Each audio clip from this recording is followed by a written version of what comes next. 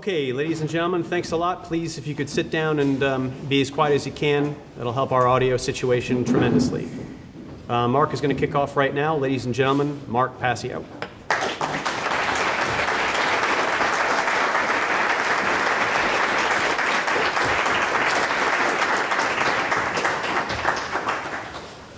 I want to thank everyone personally for taking the time to be here today.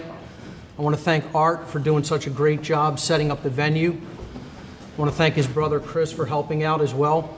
I want to thank Barb for helping out with the table in the back. We have some merchandise back there if you're interested during the day. And I want to thank Richard Grove and his whole team for coming out and filming the presentation today. I just want to go through a little bit of housekeeping before I get started and let people know about the format. I'll be speaking until 1 o'clock, and then we'll take a 1-hour lunch break from 1 to 2. There'll be a second session from 2 to 5 p.m., and then at 5 p.m. we'll be taking a second break, a dinner break from 5 to 6, and then we'll have a third session from 6 to about 8, which will hopefully include a question and answer session. Hopefully, if I stay on time with what I want to cover today. My seminar for today is called Demystifying the Occult. And what I really want to do here today is bring occult terminology, occult traditions, and occult symbology into practical application for people and help them understand what these sciences really are and how they're being used today in the world all around them. So before we begin, as I often do with many of my lectures, I want to give a few caveats or things that you should kind of look out for. The first thing here today, and I get this a lot with people who are new to my work. Let me just, before I even start this, ask how many people are completely new to my work here today by a show of hands? Okay, just a couple. Okay, so not many who are completely new. How many would you say are relatively new? You haven't looked at a lot of my material, but you've seen maybe a few YouTube videos. Okay, a decent bit. How many people would say that they're very familiar with my work to the point of having watched most of my videos or gone through most of my podcasts, if not all of them, by a show of hands? Great, so we have a lot of veterans with my material here today, so to speak. That's good. Well, there's this old saying in ancient philosophy and in occultism in general. It goes, there is nothing new under the sun. A lot of people don't know what this really means, It means that the truth has always been here, is always going to be here. It always has been here around us, whether we've noticed it or not. And what I'm presenting here today is nothing new. It's not any revolutionary, groundbreaking material. What it is it's pattern recognition. It's looking at information and presenting it in a tapestry so that it can be readily understood by people, okay, who have not been familiar with this material before. So, all I could really do with this material, it's not like I'm inventing anything. I'm just presenting what's already there. All I can really do is present it in a personalized style, my own particular personalized style and aesthetics applied to it. That's all. But for people who are expecting, radically new material here, that's not the point of this. The point of this is to bring what's already going on around us in our world to people's attention so that they can understand it more easily. My presentation style has been described by some people as very intense. I consider that fair. I'm an intense person. The truth is intense, okay? Some people will say that I'm combative. And I don't deny that, too, because, like I said, the truth is combative by its very nature. The truth is at war with deception. The truth is at war with mind control. All right? The truth is at war with the forces of evil at work in our world. By that very nature, it's belligerent. It's a warlike force, truth, if it's wielded properly. If people get angered or upset by some of the comments that I make during the course of the presentation, fine, so be it. feel those emotions, let them run through you. But, I would say don't let those emotions, if they are, negative, or if they are emotions of anger for some of the things that I say, try not to let that color what you feel about the information that's being presented regarding whether it's true or not, okay? That's called emotional mind control, falling into that trap. And, that's something that people really need to look out for. I don't present the information that I present, or I didn't decide to become a public speaker because this is just information I'm interested in or because I like doing this, okay? I always have to laugh at people, especially in my personal life, who say, Mark, this is just stuff that you're interested in, okay? I tell them, you have to be out of your mind if you think, telling people about that the world is in a state of slavery and mind control is my personal interests. So I don't do this with my time because I want to be liked, because I want to be popular, because I want to make friends, or because I want to make money. I don't do it for any of those reasons. I don't really particularly want to do this with my time. I do it because I recognize that in a time of universal deceit and deception that we're living in, and universal ignorance that the public is in, that I have a moral obligation to bring this information to public awareness so that humanity can turn the situation around, if there's still time left to do so. That's why I do what I do. Two other things people should try to do to take full value away from this whole seminar, and that's set your perceptions aside of me as the presenter. Very difficult for some people to do. Some people watch a presentation, they focus on the presenter the whole time. The sound of their voice, the way they dress, their mannerisms, their inflections, okay? You want to try to focus on the information as much as possible, not me. I'm not the important thing here, the information is. And two, be consciously aware, as I've already said, of your own impulses to possibly reject information that I'm going to present here today based on initial emotional response or reaction to what I'm saying. It is a logical fallacy to gauge the veracity or truthfulness of any information based upon your emotions, how you feel when you first hear it. So you may be upset, you may be a little scared. You have to put those emotions aside and try to gauge the information rationally. It can be very difficult. It's a difficult process, and I recognize fully what I'm asking people to do by making that statement. Another little caveat, this seminar is a tapestry of information. It's like a jigsaw puzzle. It is meant to be taken in as a whole, connected together, okay, in its entirety. To gain the maximum value from this whole seminar, I highly recommend that you stay for the duration of the whole seminar. Otherwise, you will most likely not recognize the patterns inherent to this tapestry, and more likely than not, you'll have wasted your time and money. And I don't want to see that happen with anyone. I want you to take full value away for taking the time to be here today. The scope of the information that I'm presenting here today is so enormous that it could not possibly be conveyed in a time frame measured in multiple years. Probably it couldn't be conveyed in a time frame measured in multiple lifetimes. Okay? This is a lifelong study. You could not possibly present the entirety of occult information in one seminar. Okay? I couldn't teach that to someone. You couldn't make the claim I have the entirety of that information. Okay? Again, this is a lifelong study. It's a journey over one's lifetime. And I want people to fully recognize that this material is introductory and rudimentary. I'm not here to speak to lifelong occultists who are going super deep into occult information. I'm here to whet the appetite of beginners, to try to kind of spark them on their own personal journey of discovery regarding this information. And please recognize I'm also putting this information out there online to people. It's not just for those in the room. It's for people who may be 100% completely new to it, who are watching the seminar online. So that's really all the caveats I want to talk about before we get started. Now, my last presentation was called Streetwise Spirituality.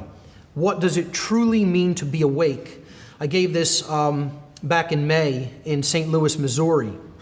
And it's about a 7-8 hour presentation, something like that. And in it, I presented a framework of 20 factors of what it means to really be awake. And they're all listed here. These were the main points of this seminar. I'm not going to read every one of them, but I just want to really say that what this presentation here today is it's kind of unpacking the number one factor that I presented in that seminar, Streetwise Spirituality. I said that the number one factor for what it really means to be awake, not this New Age hokum, New Age perception of what awakening means, but a very practical, feet on the ground, streetwise approach to spirituality. In that framework, what does it mean to be awake? My number one factor in my list of factors for what real awakening means was knowing about the occult and understanding that there are both light and dark aspects to it. When I really thought about all the factors that constituted awakening, and I structured that into a presentation, this was my very, very, very first factor, okay, after I looked at all 20. Because I realized that the thing that people who I consider unconscious or asleep do share in common, almost universally, is that those individuals know nothing about the occult at all. Zero. Zero. You know, the people that I consider not awake, the people that I consider still being manipulated, still operating at a largely unconscious level, all of them share that same factor in common. They don't know about the occult at all. Whether they be people who think it's just a political problem that can be solved by voting or just electing the right person into office, whether it's people who think it's just a financial problem and we just have to reel in the big banks and the Federal Reserve, you know, whether, you name the factor that they blame externally on the conditions that are present for humanity. They leave consciousness at the door. They don't talk about that as an issue. And again, universally, they have no knowledge of the occult.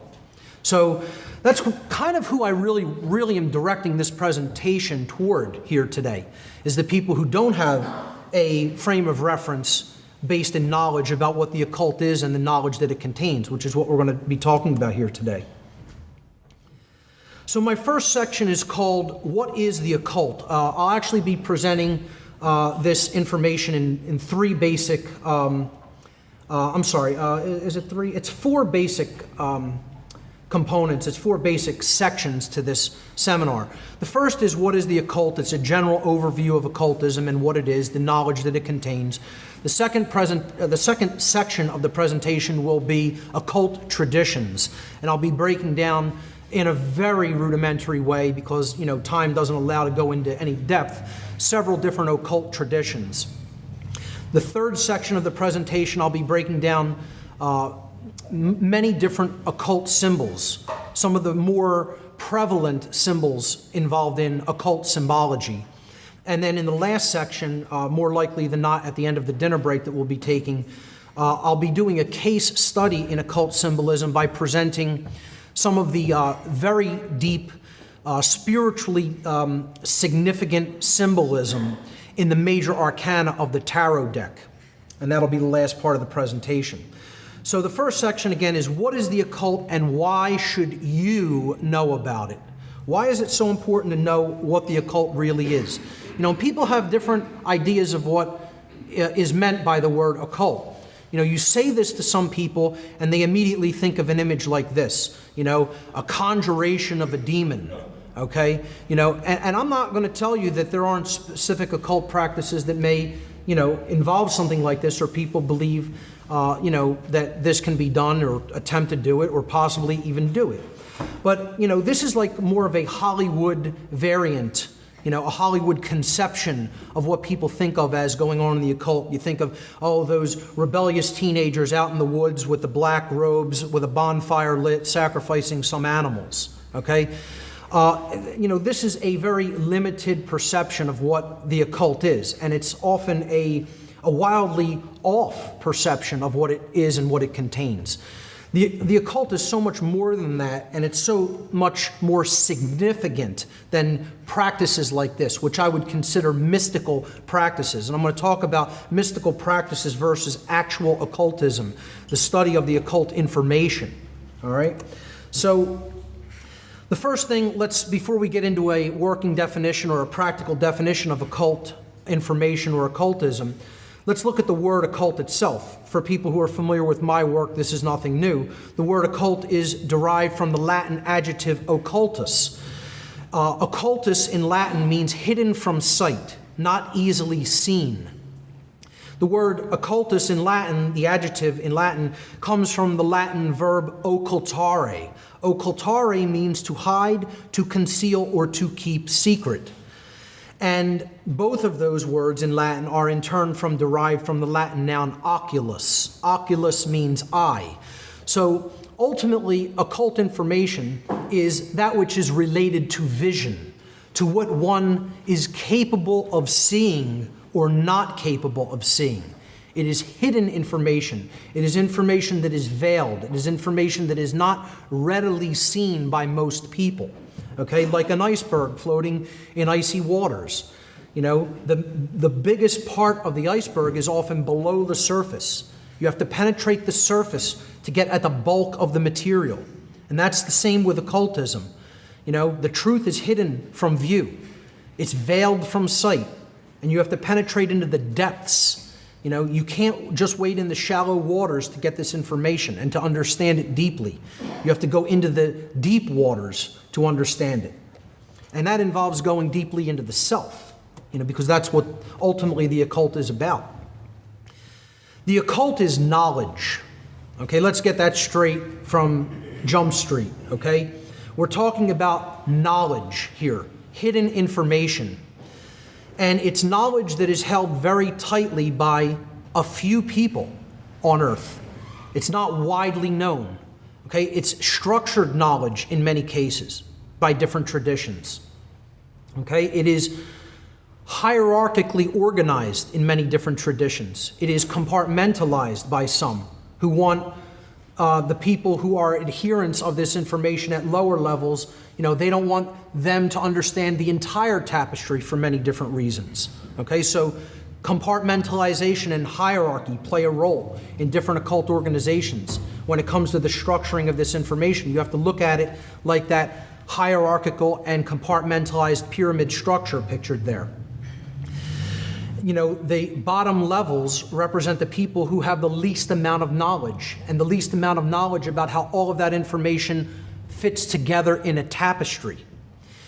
As you go higher up in the, you know, hierarchical structure, there's fewer and fewer people, but the knowledge becomes concentrated. It operates at a higher level, and they see how it's all connected together.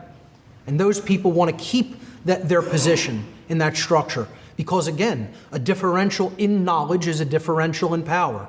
If you keep people ignorant of what you know and how it all fits together and how it all interoperates and correlates with all of the other information in that data set, in that body of knowledge, then you're in a position to completely manipulate those below you. And this is how much of the occult works, particularly dark occultism, which we'll be talking about.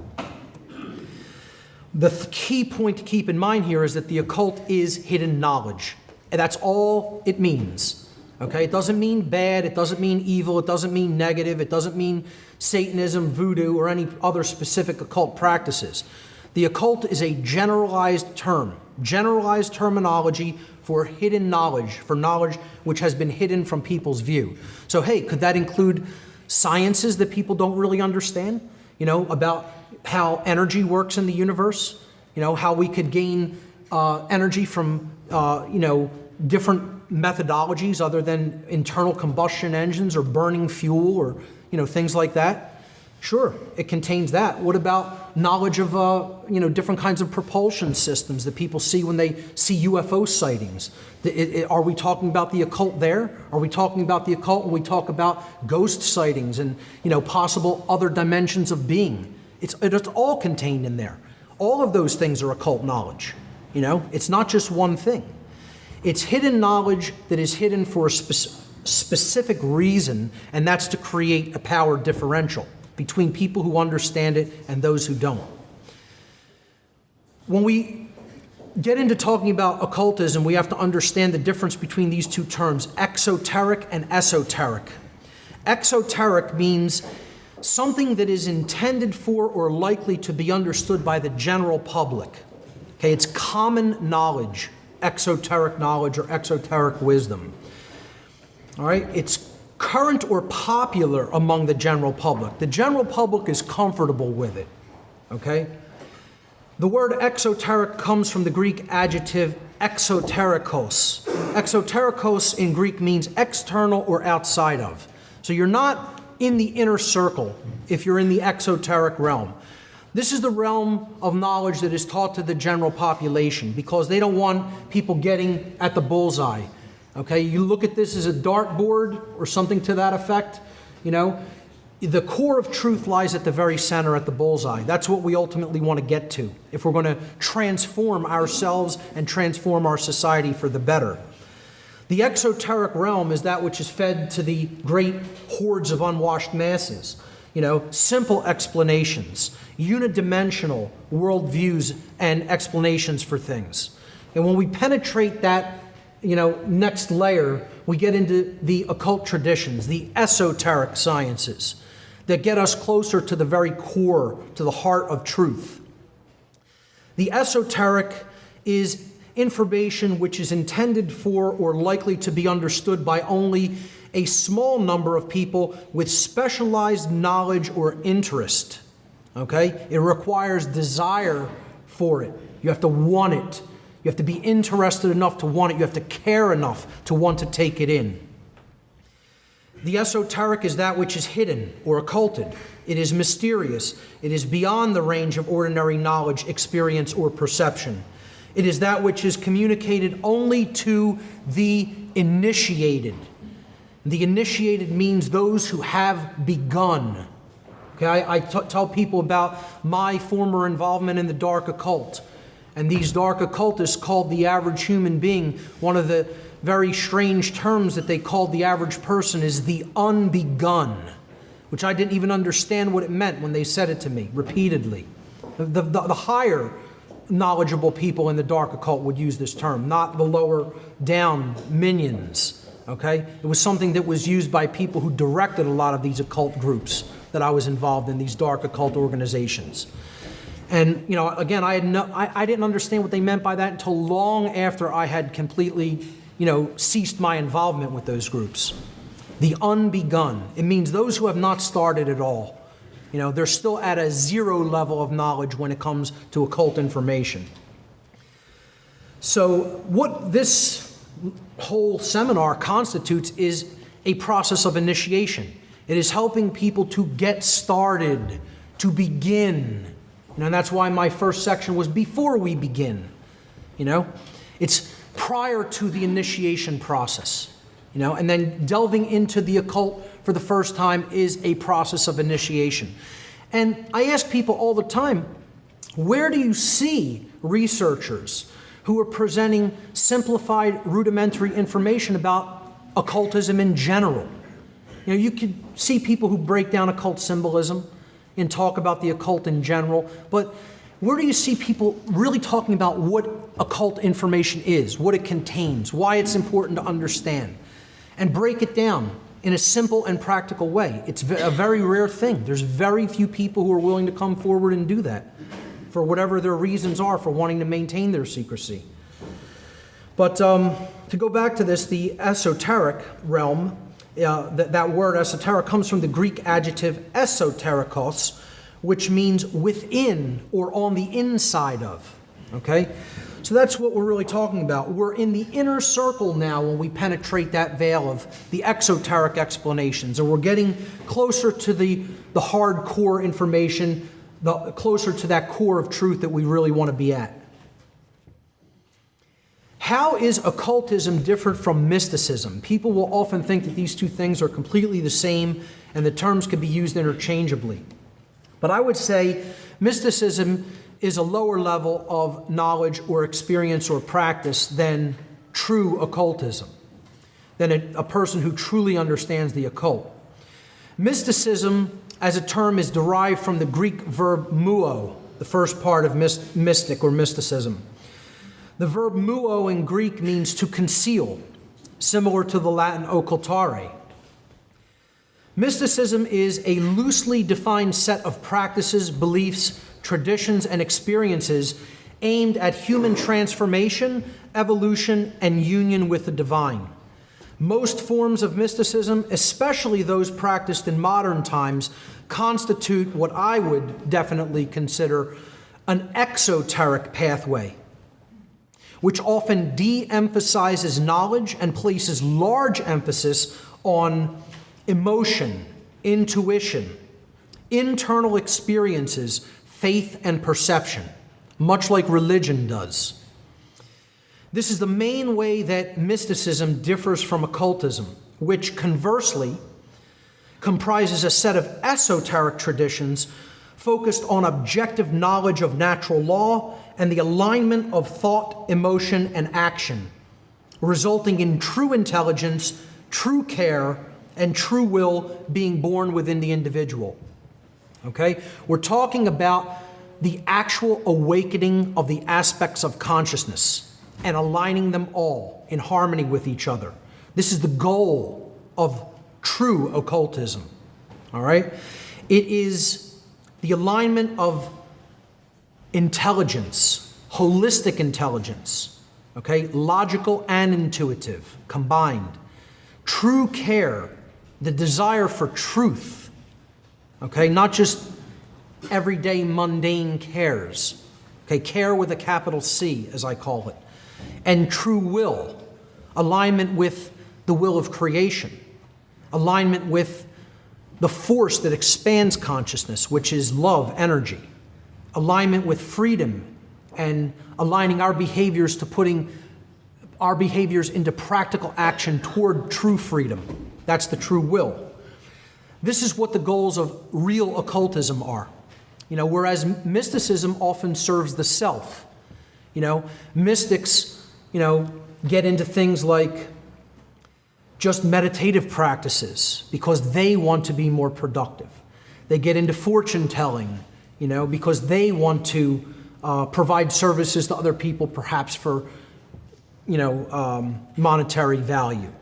All kinds of different motivations drive mystical thought. People wanting simply to gain a leg up over their fellow man by certain knowledge or practices, okay? Or just improve upon themselves. The occult encompasses a lot more than that, because real, positive, true, light occultism has, again, a deep, objective knowledge of natural law principles at its foundation, and the alignment of the aspects of consciousness as its goal, okay? So that's how I would define the difference between these sets of practices. I would say that mysticism is an exoteric religion. It's like religious practices or beliefs, whereas occultism is a body of science. It's a body of objective knowledge that represents esoteric sciences. Okay, I hope that makes the difference clear in most people's minds. Going back to what the occult actually is, I'd like to read a quote by the occultist and Freemason C.W. Leadbeater from 1913. He said, "How shall we define occultism?" And this is his definition, which I think is a pretty good one. The word is derived from the Latin occultus, meaning hidden, so that it is the study of the hidden laws of nature.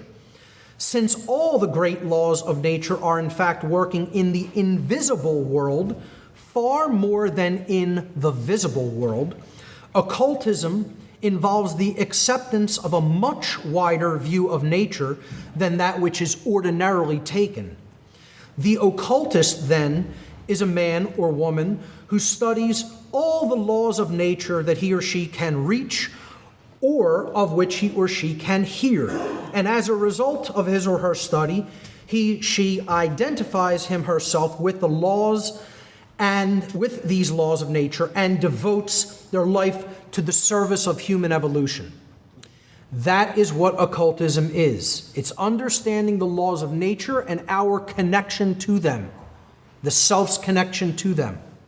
Okay? And as a result, we are aligning all of our thoughts, our emotions, and our actions toward the goal of the evolution not only of our individuated self, but the evolution of all beings.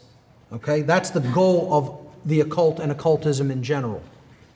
So this is my personal working definition of the occult. When I use the word the occult, this is what I mean by it, when I use the phrase the occult. The occult is a body of science which is not widely known to the general population, consisting of hidden knowledge about the workings of the human psyche and the laws of nature, both the seen laws, meaning the physical laws, the physical sciences, and the unseen laws, meaning the spiritual laws, the laws that govern morality, the laws that govern behavioral consequence. Okay? That is my working definition of what the occult and occultism is in general. And I think it's a pretty simple, practical working definition. So when we're talking about hidden knowledge or occulted knowledge, what knowledge does occultism hide? What kind of knowledge are we actually talking about? Occultism comprises and quote-unquote hides two bodies of knowledge. Now, I put hides in quotes because I just want to make a point here. We can't even look at it such that dark occultists, which I'm going to explain their motivations in a future slide, we can't look at it as the beings who want to keep this information back from people actually try to eradicate it and keep it out of people's hands. That's really not what they do, particularly in the modern world. Their main method of manipulation is dissuasion. They try to dissuade people from looking into these bodies of knowledge by telling them there's nothing to see here, move along. Okay, back to bed, nothing to see here, folks. That's not important, or that's not practical, that can't be used in your everyday life. It's of no benefit to you personally, practically, in your life to learn about that. Okay? Or it's some quaint religious belief that has no bearing on anything, that was just made up by people a long time ago, and it's all nonsense. You know, that's the main method of dissuasion that is employed. Okay? And most people fall for it. Most people just, think there's nothing to any of this. I don't need to know about it. That's one of the heights of ignorance is the phrase, I don't need to know about that. Okay? Now, just think about that statement right there. The highest height of ignorance is, the pinnacle of all ignorance is, I don't want to know about that. I don't care to know about that. But the people who think they have it figured out say, that's not something I need to know about. What do I need to look into that for? And that's how you know they're gotten. They're already owned. Lock, stock, and barrel. And most people are in that position because they think, all of this is just hokum. All of this is just religion. I tried to explain to somebody who's very concerned about the political degradation and the political process and the direction America and the world in general is headed, politically and financially. And I tried to explain, what really drives this underneath is the occult. Religion drives this. Religious beliefs by the people involved in dark occultism and their religious belief systems is ultimately what's driving the slavery system on earth. And he says to me, I don't need to know anything about that. I don't want to know anything about that. I said, oh, really? That's something you don't need to learn, you don't need to know about. He said, yeah, that's right, because I don't believe in any of that stuff. And I said, you're gotten. Right to them. They already have you. And you don't even understand. Because he said, that's somebody else's belief. How does that affect me? As if somebody else's beliefs can't affect us. And we're immune to what other people believe. Because particularly religious zealots and people who have very deep-seated belief systems based on faith and religion, right? They don't take action in the world based on those religious beliefs, do they? Never. They never do.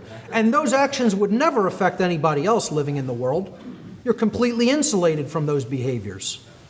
It's a child's view. At some point with someone like that, I have to set it down and say, you think you're fine? Well, then go be fine. At that point, because that's a deep, hardcore level of ignorance to be in. Again, that's not really surpassed by much of anything in the way of ignorance, which is something we're going to talk about, the different kinds of ignorance. But to go back to what knowledge occultism actually is comprised of, the bodies of knowledge, the two main bodies of knowledge are knowledge of the self and knowledge of the laws of nature. That's basically it. The knowledge of the self, the knowledge of the human psyche and how the psyche operates, its components, its aspects, its motivations, its desires, etc. What drives us? What's going on at a subconscious level? What's going on at the unseen level? In the recesses of the human psyche, in the psychological realms. This is what is known as the minor knowledge of the occult. The minor arcana. Arcana is a Greek word that means knowledge. Okay? A Latin word that means knowledge. I tell people don't look at this because it's called the minor arcana or the lesser arcana as meaning of lesser importance. That is not what it means. It's just distinguishing it from that which is larger in scope as far as the kind of systems that it actually affects or that it governs. Okay, so you want to look at the part there on the left as this is the small scope of things, the scope of things operating at the individual level, at the individuated domain of the individual self. And then on the right-hand side here, you want to look at the major or greater arcana as simply being that which deals with the macrocosmic world, the world of large things, large systems of nature, okay? The physical laws that deal with dynamics and motion and gravity, etc. All of the physical dynamics, electromagnetism, etc. But then the major or greater arcana, the world of macrocosmic knowledge, also includes the knowledge of what I call natural law, the moral laws that govern the consequences of behavior of beings that have the capacity for holistic intelligence, or in other words, universal moral law, the laws that govern consciousness. These are the two bodies of knowledge that comprise all occult knowledge. And I ask people when I explain to them the two bodies of knowledge, what is not contained within these two groups? What knowledge that is of any significance, except, the football and baseball stats, okay, is of any significance in the realm of human life? I would say if you control these two bodies of knowledge and you're trying to dissuade people from looking into them, then you have people manipulated from the get-go. They don't have a chance if they don't understand these things. And it's the same thing like in the ancient priest classes that wanted to control the population. The priest king would go up to the top of the pyramid and tell people, hey, the great sky beast is getting ready to eat the sun, and it was an eclipse. It was a solar eclipse. And he's going to eat the earth next if you don't bow down and give me total power. And if you accept me as the intermediary between the gods and yourself, then, in a few minutes, the sun will come back and, life will continue on earth. And it worked beautifully because these people had no knowledge of the macroscopic laws of nature. They didn't understand the physical sciences and astronomy in particular back then. They didn't understand how that motion worked and how that phenomena worked. So that's how a differential in power can be created when you have a differential in knowledge present.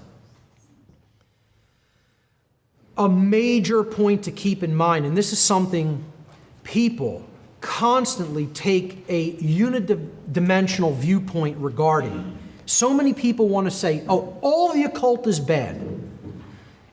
It's knowledge, folks. It's not something that is universally good or universally evil. It's knowledge and what we do with it. That's it. It's a tool. It's a tool set. Would you say astronomy is good or evil? Would you say mathematics is good or evil? Would you say biology is good or evil? It's knowledge. That's all the occult is. It's knowledge. The consciousness of the wielder of that knowledge determine whether it's used for good or evil. So if I'm trying to create genetically engineered food products so I could sell people poison to undermine their health, just so I could make more money because I could grow more crops on less land, I'd say that's a pretty dastardly use of science, in my opinion, in my worldview. But science of biology and genetics is just knowledge. What we then do with them determines whether it's good or bad. The same for the occult, and that's how we have to look at it. The occult is a double-edged blade, however. There is, again, a light side to it and a dark side to it, and it's all dependent on how that knowledge is used. So the knowledge contained within the occult sciences can be used for good, which I consider the uplift of consciousness, or it can be used for evil, the manipulation of consciousness, the control of people, and ultimately putting people into bondage and slavery. To clearly distinguish between these different usages of occult knowledge, I refer to occult knowledge that is employed toward the expansion of human consciousness and morality as light occultism or magic. Now, some people won't make this distinction. They'll say it's all one body of information. I'm going to just group it all in. And it's a very dangerous proposition because those people, again, take a very unidimensional approach, and they usually take the approach it's all bad, and therefore none of it should be looked into. Religious people take this approach. It's why they don't understand the occult. Many New Agers take this approach.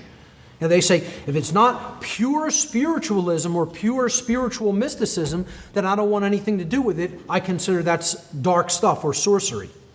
It's a very unidimensional and naive and childish view of this body of science. Okay? So that's what I call light occultism. When you use this hidden knowledge toward the uplift of humanity, toward the expansion of consciousness and the expansion of morality. So the other way of using it is for manipulation, control, and the suppression of consciousness. And if this knowledge is used in that methodology, then I refer to it as dark occultism or sorcery, is a perfectly acceptable term for it. Thus, the practitioners of light occultism could be referred to as light occultists, magicians, magi, light builders, or light workers. All terms that I feel could be used interchangeably as long as we're looking at it within the context of occult knowledge as I have defined it in my working definition. And you could look at the practitioners of dark occultism as dark occultists, sorcerers, dark builders, or dark workers, all terms that I feel are perfectly acceptable and interchangeable with each other. So why has such knowledge been hidden from humanity? Well, we'll look at why each set of occultists hide this information. Okay, first let's look at why dark occultists hide it. Then at a later point we'll look at why even light occultists sometimes conceal this knowledge. Dark occultists have deliberately hidden occult knowledge in order to create and maintain a power differential between those who hold such knowledge and those who are ignorant of it. We've already been talking about that. And through this mechanism, all power ultimately flows to them because knowledge applied is power in the world. Knowledge is not itself power, it is the potential for power. When you apply knowledge, then you can gain power. If you don't have it, you're completely disempowered from the very beginning. Dark occultists work through fear and manipulation to bring about compliance with their own selfish will. And that's what I would consider the dark arts in general. I would consider sorcery the act of applying knowledge in order to bring about manipulation in other people so that they comply with your selfish will, what you want for you only, not for the uplift of all. Dark occultists' work is always done in secrecy. They don't want to do their works in the light of day where everyone can know what they're doing. They're constantly contravening the freedom and prosperity of all but themselves, of course. That's the out-of-control ego run amok, the pure left brain, modality of consciousness, without the balance of the sacred feminine, compassionate, creative right brain. I consider this pyramidal, hierarchical, and compartmentalized structure the occult structure of our entire world. Dark occultists have completely infiltrated and permeated all institutional walks of life on Earth. This is a topic I constantly talk about in my work, on my radio show, my podcast series, and in the interviews that I do. It's so important for people to understand this is who's really running the show here on Earth. It's not just the international bankers. It is them, but they're dark occultists at the highest levels. The people involved in the political think tanks are dark occultists at the highest levels. The people involved in, corporatism and business at the very highest levels use these sciences and this knowledge. The high-level religionists in all religion, all ostensible religions, guaranteed they have this knowledge at the highest levels and they're using it for dark purposes.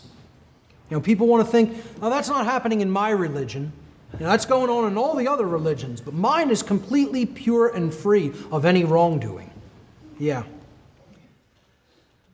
Through their manipulation of these institutions, dark occultists currently hold the overall mindset of the human population in a general state of unconsciousness, thus holding humanity in a state of slavery. They have the hordes of humanity in thrall. Okay? They are completely at their mercy at this point because of the amount of knowledge that they lack. Not only regarding what the occult is in general, but regarding the multifaceted array of mind control methodologies that are being used against them on a daily basis, that they're being barraged with. And until we level that playing field through knowledge, don't expect it to change. The two states that dark occultism wants to hold the overall population is what I call the mental schism and the worldview schism. Okay, they want to hold people in a state of chronic, imbalanced thought. And then they want to hold people in a chronically imbalanced overall worldview regarding human nature and life in general. If they can keep people in those modes of consciousness, they can keep their control over their behavior because they have control over their mind as a result. So the mental schism works through mind control methods, all the multifaceted soft mind control techniques that I covered over the course of about a year and a half on my radio shows. And in general, how it works is keeping people chronically imbalanced toward one type of consciousness or another, one type of brain activity or another. Either the masculine left brain modality of consciousness or the feminine right brain modality of consciousness, but never actually holistically bringing them both together in a state of balance. They want it in a chronic state of imbalance, such that most people are either always left brain or always right brained. If the left brain, the masculine component of the brain, the intellect, depicted here by the upward pointing triangle, which is an ancient archetypal symbol known as the blade, representing masculine energy, a rudimentary phallic symbol archetypally. If that part of the brain, that left hemisphere, is chronically dominant in an individual, the following states can manifest within that individual: rigid skepticism or scientism, atheism, and by atheism I simply mean the belief that there is no higher power than mankind, than humanity, that we're the pinnacle, we're the highest force in nature. Nothing ultimately governs humanity except the laws that we arbitrarily make up in this farce called government. Okay? So it can create rigid skepticism, scientism, atheism, solipsism, the notion that there is no such thing as actual objective truth that can truly be known. Social Darwinism, moral relativism. Moral relativism is the belief that there's no such thing as right and wrong objectively, that these are just arbitrarily chosen concepts and man gets to make up what's right or make up what's wrong. Social Darwinism, the idea that, since man is the highest pinnacle of mind, the highest animal in nature, that those who are somehow gifted with better genetics and a higher intellect should somehow rule over those who they consider beneath them or at some kind of a lower caste than them. And society naturally should be structured like that, with an elite class ruling over a class of slaves, basically. Eugenics, the notion that certain people's gene sets should propagate themselves, be allowed to propagate, and they should control what gene pools should be allowed to propagate. As the intellectual and genetic elite, then they want to control who gets to breed and who does not get to breed. Essentially, who lives and who dies. Authoritarianism, of course, this belief in authority, this illusion that some people are masters and others are slaves, and the masters get to issue commands and the slaves have some sort of a inherent moral obligation to obey these commands. It's what I call master think, ultimately. And, that's why they want to create this schism. It's a divide and conquer strategy. It's a very structured arch, you could look at it, where these two forces, combine and lean against each other. Left brain imbalance leans against right brain imbalance, creating a very rigid structure which is difficult to disassemble and take down because these forces play on each other. Right brain imbalance or feminine imbalance, the right hemisphere of the brain, which governs creativity, intuition, compassion, nurturing, etc. If that part of the brain that is depicted here by the symbol, the inverted equilateral triangle, which again is an ancient archetypal symbol known as the chalice, because it is a rudimentary womb. If that part of the brain is chronically imbalanced, or chronically dominant, I should say, these following states result: naivete, blind belief; religious extremism, total belief, total faith, not actually checking anything, not looking into things for oneself, taking other people's word on it. Solipsism, again, the belief that there's no such thing as truth. Both forms of mental imbalance can create that state. Moral relativism. You see so much moral relativism in the New Age movement. You think moral relativism is the exclusive domain of left brain imbalance? Think again, because people in the New Age movement are super right brain imbalanced in many cases, and you'll hear many of them saying there's no such thing as right and wrong. Those are religious concepts. I don't believe in those. So a right brain state of imbalance can lead to the belief that there's no such thing as objective right and wrong as well.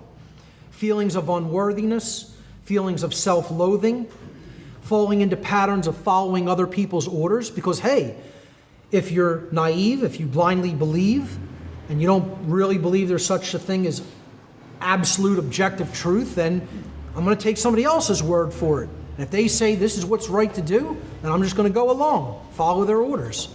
So many people are in that extremely imbalanced, dangerous state of mind. And I call all of this imbalanced thought slave think in general. And that's what the dark occult overlords right now at our time in history. That's what they want. They want these two states.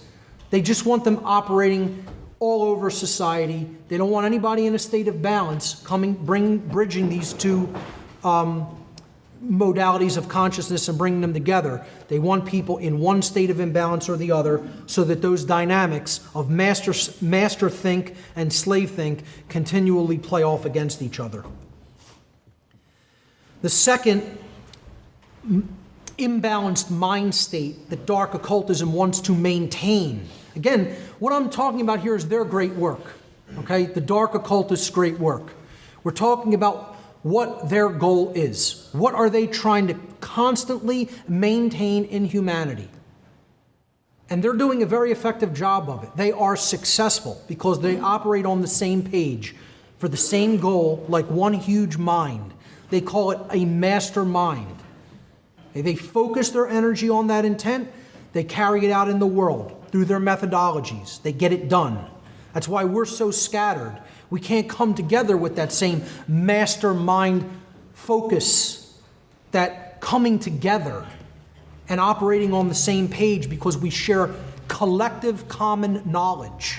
That's what they're doing. They have this knowledge and they use it for dark purposes, all on the same page, all focused, all together for the same goal. And these two things are their goal: the mental schism and the worldview schism. The worldview schism is this notion that the world is either completely random or completely determined.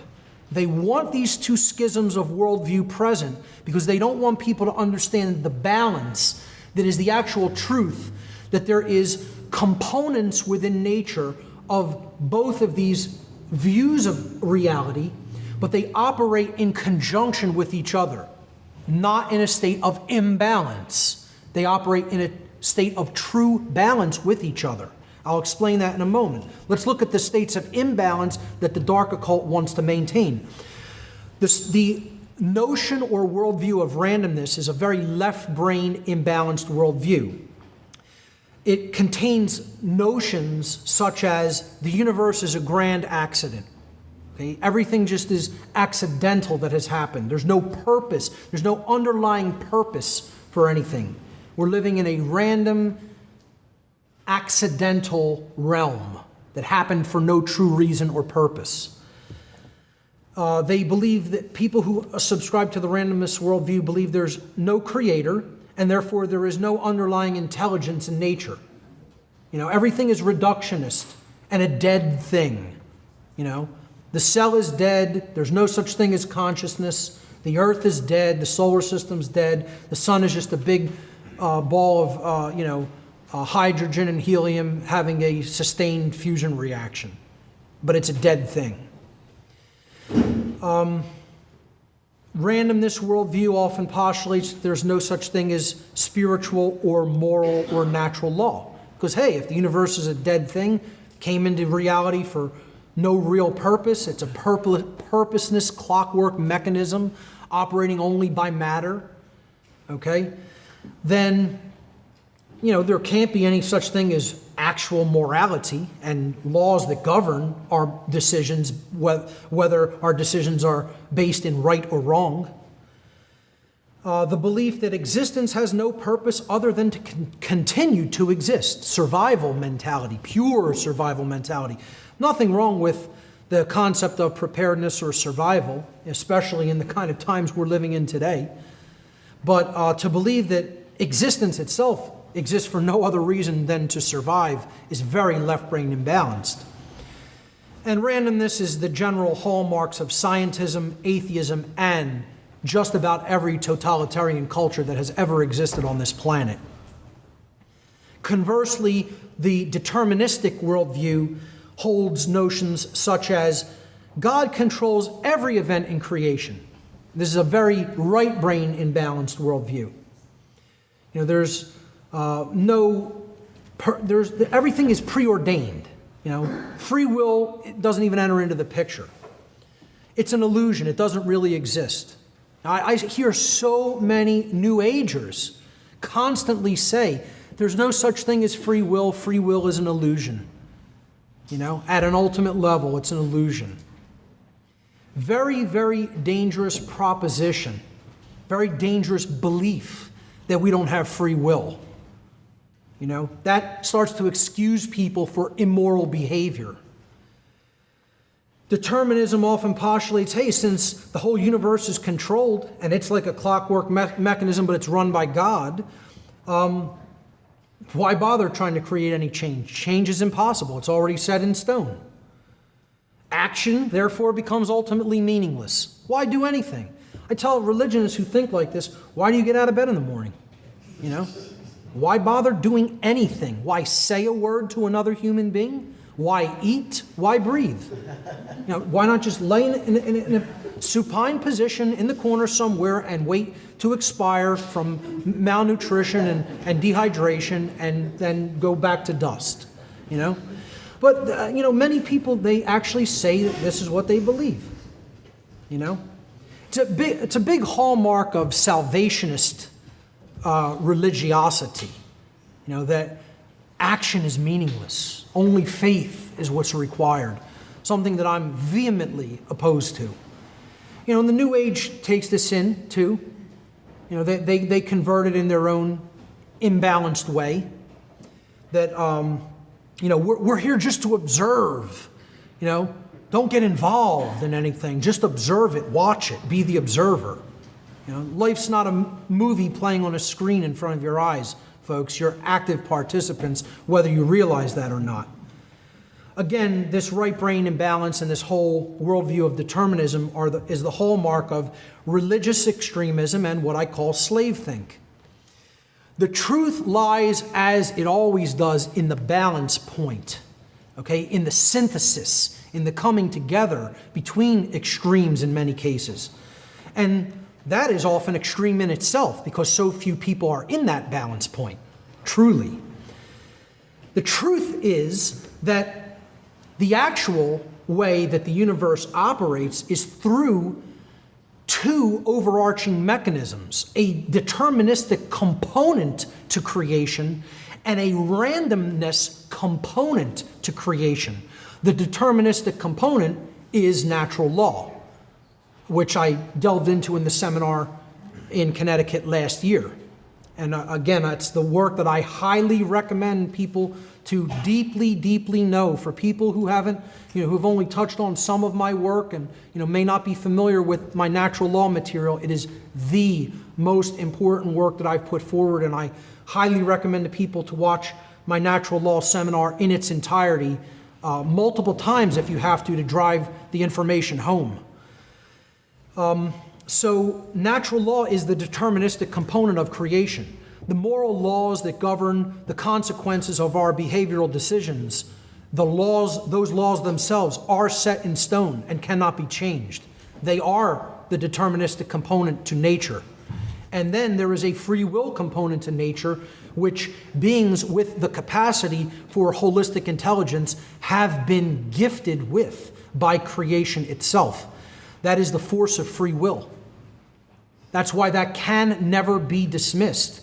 And it works in tandem with the laws of nature to bring us the results of our choices into our experience so that we can learn and grow from those choices and those experiences.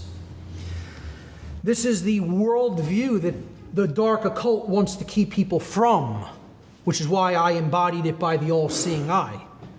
That's a big part of enlightenment, what real enlightenment is about. And I talk about that as well in my Streetwise Spirituality seminar. Another thing that dark occultists want to prevent people from understanding is how our reality is actually built, how we together in the aggregate, in aggregate numbers, meaning collectively as a species, co-create our reality that we are experiencing on the earth together as a people. You hear this notion in the New Age movement, the law of attraction. That a lot of the New Age people want people to believe we're individually creating our reality all by ourselves. Mark Passio does not create Mark Passio's reality entirely what I experience by myself, by how I think. Other people are involved in that process. It's a co-creative process. Okay? Because if someone randomly does something violent to me, I did not create that experience. This is a total misunderstanding of the law of attraction, how the law of attraction works.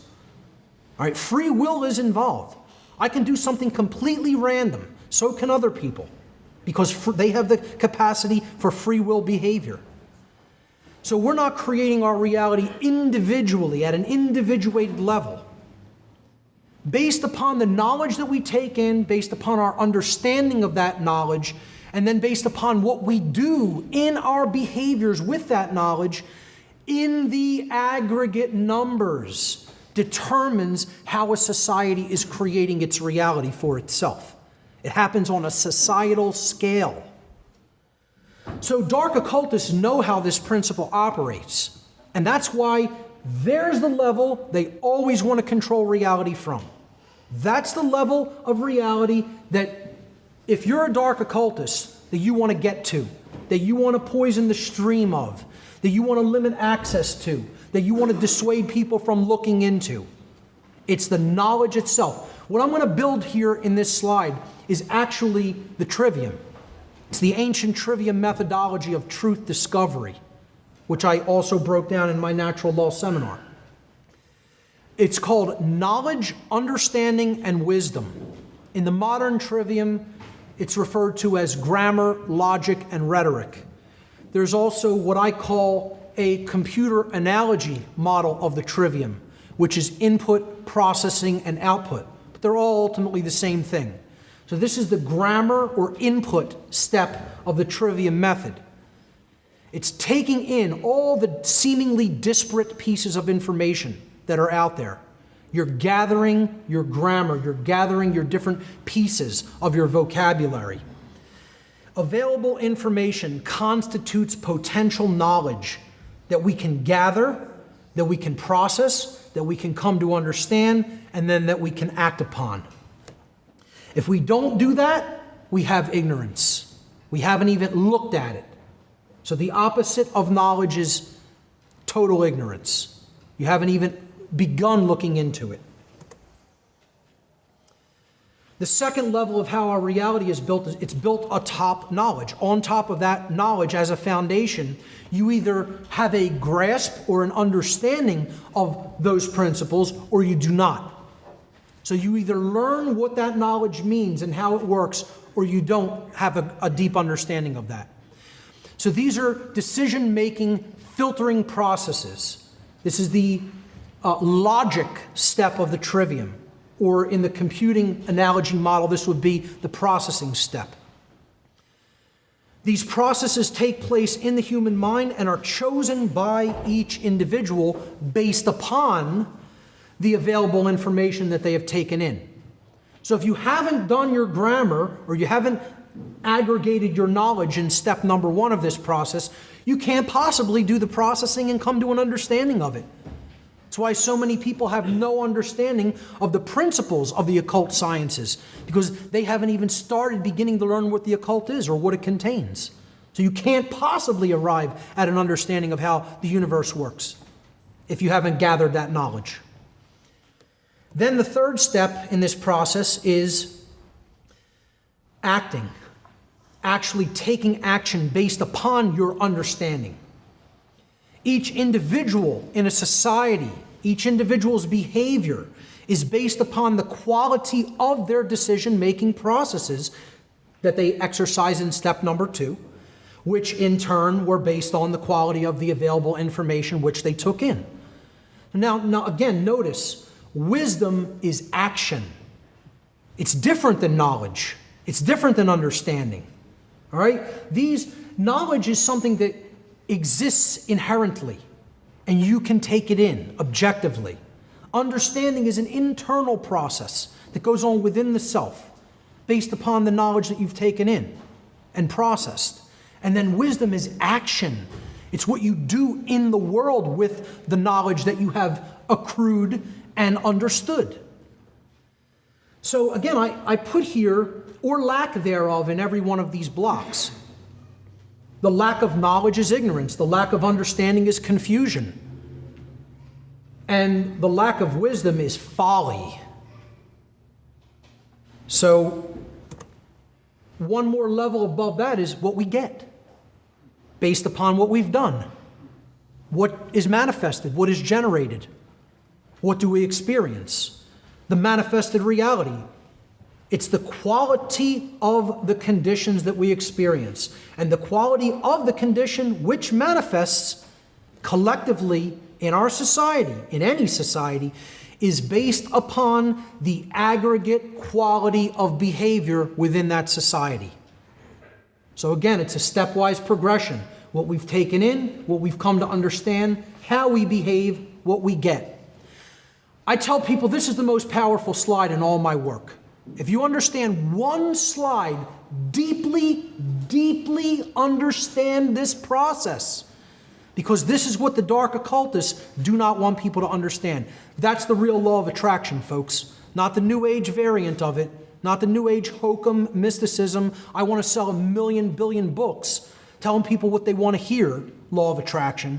Okay? This is how the universe actually works inherently. And it describes not only how it works, but our relationship to that process. And this is what they don't want you to know.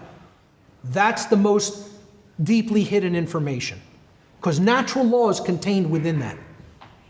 Because as the aggregate quality of behavior is immoral, slavery is the manifestation. That's why we're at where we are at. Because so many people aren't truly moral individuals. They don't really deeply know the difference between right and wrong behavior and choose the right over the wrong.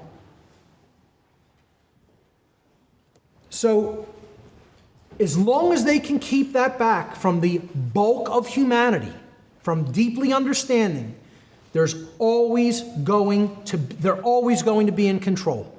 Until this becomes common knowledge of how the universe really works and how our experience is really generated. And we understand as in the aggregate we become more and more moral of a civilization, then our civilization becomes more free as we become more moral. When we understand how those governing dynamics bring to us the overall quality of our aggregate experience, that's when we're making progress as a species. That's when we're breaking out of mind control. And that's when we're countering the dark occultists' great work. Now, why do light occultists hide occult knowledge? Because they do. Light occultists also hide occult knowledge. Light occultists have hidden occult knowledge in order to prevent its complete eradication during exceeding draconian times. And at other times, they have hidden that knowledge to prevent it from falling into the hands of would-be dark occultists. In other words, those who knew of the empowerment that could be gained from such knowledge, but who wanted to use it for immoral purposes or for purposes of manipulation and control. Occasionally, at times in history, those who consider themselves or others have considered light occultists have sequestered certain occult knowledge for these purposes. And again, if it's strictly for those purposes, I would not fully condemn that. However, at certain stages in history, like the one we're in now, where this information could be brought forward without immediately being, burned at the stake or something like that, or tortured in a horrific way, I do not agree with hiding it even for these purposes. Could there be a would-be dark occultist in this audience? Yes, possibly. I gave a lecture one time at a food market in Philadelphia, and there were some teenage children around the age of 17 or 18 in the audience who wanted to know all about the occult symbolism that I was going to talk about, because they actually wanted to use it for manipulative purposes. They wanted to learn about the archetypal ways that symbolism could be used. And somebody who knew them told me that was why they came. And I said, hey, let them understand it. Because if everybody understands it, the playing field is leveled. Then nobody can use it for those dark purposes because you're empowered by knowledge. And if you see how they're using it, you say, oh, I know how that's being used. That's not going to have an effect on me. It's like gun ownership. It's the same thing. I want everybody to own guns because the only way you're ever going to stop a bad guy with a gun is a good guy with a gun. You know, as long as guns exist in the natural world, that's the reality of the situation, whether anybody likes it or not. Get as offended about it as you want.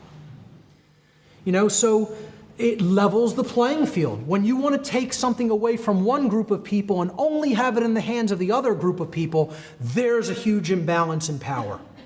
So I'm for egalitarianism when it comes to natural rights and when it comes to the dissemination of knowledge. Everybody should be on equal footing as to their ability to take in what they desire to take in. And in that sense, no knowledge should be sequestered. The great work of light occultists, in stark contrast to the great work of dark occultists, which we've been talking about, is the distribution of occult knowledge freely to humanity, thereby ending the slavery of humanity by eliminating the widespread ignorance which dark occultists exploit to gain and maintain their control. Light occultists would be better referred to as de-occultists, which is a term I absolutely love and I consider myself. I don't even want anybody to call me a light occultist or an occultist in general. I like to be called a de-occultist. That's my task. That's my work. To break this knowledge out like an avalanche onto humanity and just let it flow freely where it will, so that people can take it in and we can level the playing field that has thus far been dominated by ignorance. So light occultists, I feel, would be better referred to as de-occultists, because what de-occultists do is reveal and spread knowledge which has been hidden and which must be known, commonly known. It must become common knowledge in order for freedom to manifest. Is the occult really hidden? Really hidden? Again, it's what I was talking about when I said, do they really hide it, or do they just dissuade people from looking into it? Is this knowledge truly inaccessible and completely hidden, or is it out there for anyone who wants it? Well, I would make the argument it's out there for anyone who wants it. I mean, we're drowning in information. If anything, it's become a little bit more difficult to even get the information because of how much nonsense you often have to weed through to get the real material. It's covered by the signal is often covered by noise, you could say. But are we living in a nescient society or an ignorant society? And this involves the understanding of the difference between two connotative forms of not knowing something. I call this the context of not knowing, nescience versus ignorance. Most people have not heard the word nescience. It's a fairly antiquated word, not used much in colloquial English these days. Nescience comes from the Latin verb nesciere. Nesciere in Latin means to not know because knowledge was absent or unattainable. Well, is the knowledge of the occult completely absent? Is it totally unattainable? Can we not understand it because we don't have access to the knowledge? We don't have access to that baseline level in that trivium process, the grammar, the input? Is it present in our world or is it absent in our world? I'd make the argument it is completely present. Not only is it completely present, it is accessible at anyone's fingertips who has the desire. And again, the colors I've chosen for this presentation as a brief aside, since I mentioned the concept of desire here, are not just fall colors, okay? Although that's a part of it. But this is about, the color orange resonates with the concept of desire in the occult, of wanting something, of wanting to know particularly, okay? And are we a society that truly wants to know? You know, I don't consider us a nescient society. when we look at the meaning of the word ignorance, coming from the Latin verb ignorare, which means to not know, even though necessary information is present, because that information has been willfully refused or, key word here, disregarded. For whatever reason. I don't want to know it. That's too difficult for me to comprehend. I have to expand my worldview in order to take that in. I've been dissuaded from looking into that. I've been told it's not important. Dissuasion and disregarding information work hand in hand with each other. So, by a show of hands, how many people think we are living in a nescient society? By a show of hands, nescient society. The information that humanity needs to know is completely unavailable to us. Anybody? No one in the room. That means 100% of this crowd, at least, thinks that we are living as an entire species in a state of ignorance, in the aggregate. Of course, there are very knowledgeable individuals within humanity, but as a species, in the aggregate, we are an ignorant species. We ignore that which is present, that which is all around us, that which is capable of empowering us and setting us free, but we don't want to do the work. We don't want to put the time in. We don't want to make the effort. You know, I have to laugh at people who think, you know, this is just an interest for me. It's your hobby. It's something you want to do. I sat in the room that basically like a hermit, literally, in a room for years. People said, Mark, what are you doing? Why aren't you even interacting with other people? Why are you sitting in a room day after day after day after day after day? It's called reading. And that's hard work. That's a lot of effort. That means you're going to sacrifice your time. That means you're not going to do other things, because you're going to make the effort to care enough to take in what is necessary to take in to transform and then help to transform others. That's a work of a labor of love. It is a work of willpower and care, which is why most people don't want to do it. Most people are in the state, I can't be bothered. I don't have time for that. I'm too busy. I don't need to know that. I already have it figured out. I know everything I need to know to get by. That's where humanity's at, folks. So let's begin an initiation. All right? Again, initiation means beginning. We're going to look at some different schools of occultism, different occult sciences. I call them the many paths or the many ways, the many methods to the same place, to the same destination. So this section constitutes kind of an occult initiation, about the very basic generalized concepts of some of these occult traditions. Again, time is not going to allow me to go into great depths or details, nor is this presentation intended to be a very in-depth introductory work. It's intended to be rudimentary for people who are just learning about this information for the first time. Occult traditions, many paths, one destination. I'll just say at the beginning of this section, and I'll kind of highlight this as we go through these traditions.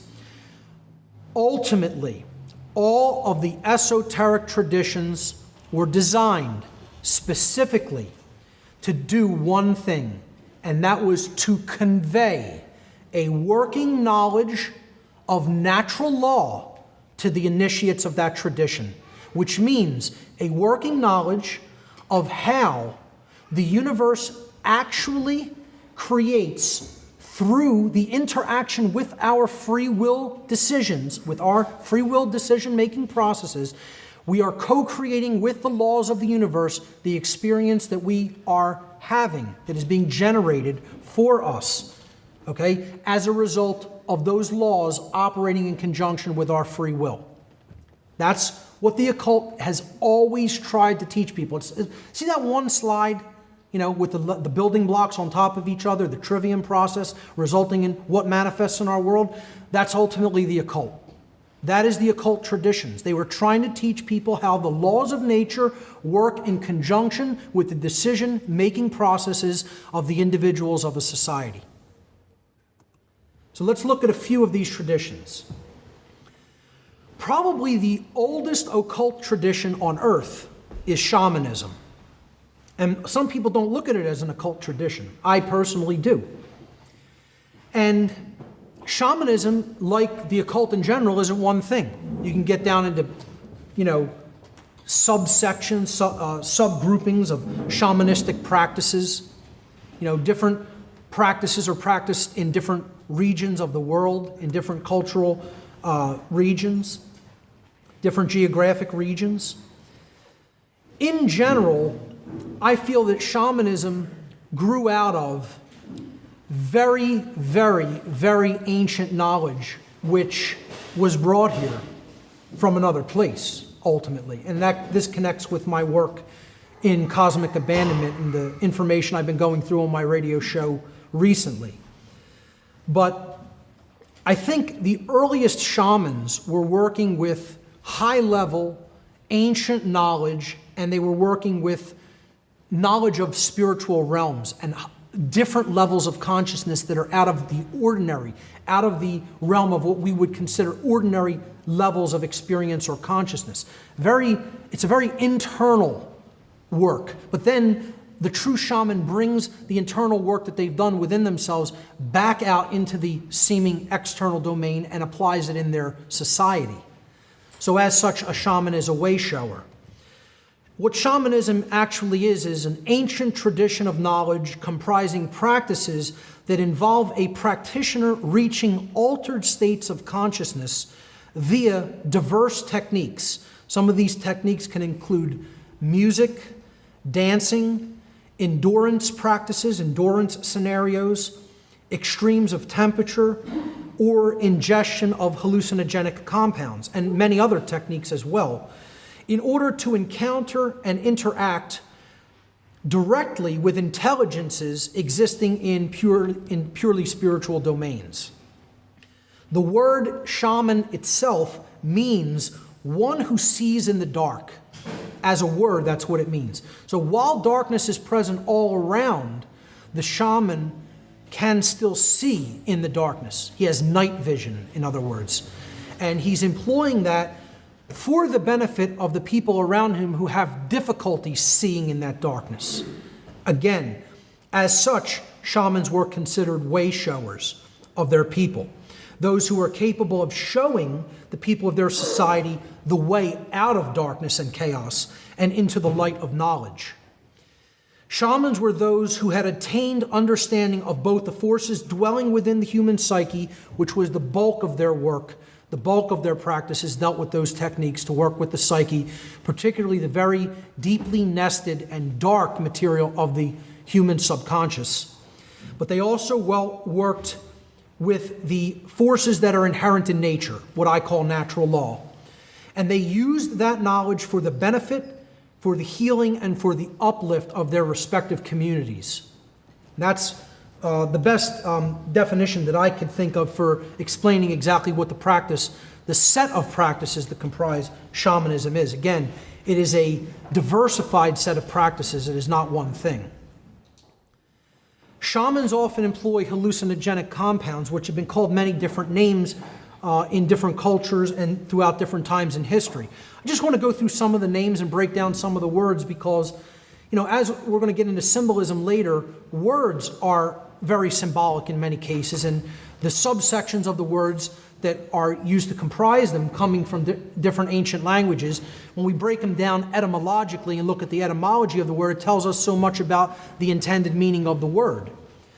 So some of these hallucinogenic compounds that shamans have used over the centuries, the natural ones, some neo-shamans use these new designer hallucinogenic compounds, which I won't be getting into, but the three traditional ones that have been used in a widespread way all over the earth are cannabis in its different forms as sativa or indica, different variations of hallucinogenic mushrooms that grow in every continent of the world, and the ayahuasca vine, or some of the different analogs of ayahuasca prepared often in South America and Central America. So Ayahuasca is one of the key, one of the active ingredients actually in ayahuasca is dimethyltryptamine. That's not pictured here. This is the actual MAO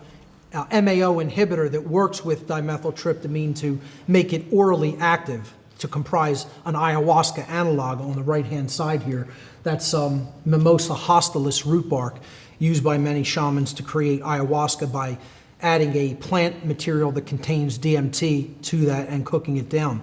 DMT is another entheogenic or psychedelic compound that shamans have often used, or derivatives of that, or very similar compounds to that, like bufotenine.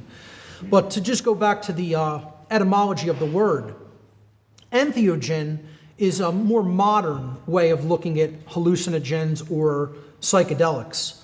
It comes from the Greek and Latin. The Greek prefix "en" means within, the first part of the word. Then in the middle of the word we have theo. That comes from the Greek noun theos, which means God or divinity. And then the last part, gens, in entheogen, comes from the Latin verb genere, which means to create. So we put these three root words together, and entheogen means to create or generate the divine within. It doesn't mean to become God. It means to work with and grow the spark of the divine within the individual by communing with this force that is capable of opening up an other dimensional experience within us. So you're seeing a divine realm or an otherworldly realm within the mind's eye when you commune with these compounds or helper spirits.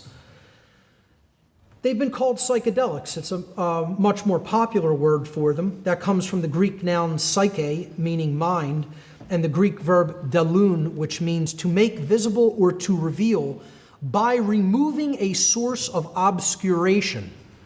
Now, what have I just said there? To make visible or to reveal by removing a source of obscuration is to do what? To de-occult.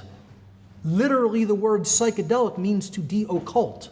And again, I don't advocate for the irresponsible use of any of these compounds. I feel that they have a specific purpose that they can be used for to uplift human consciousness if they are worked with in a respectful way.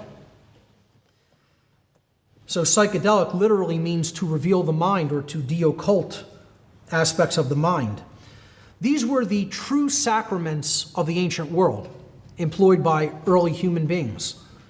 The word sacrament comes from the Latin adjective sacrum, which means sacred or holy, and the Latin noun mens mentis, which means mind, where we get the English word mental from.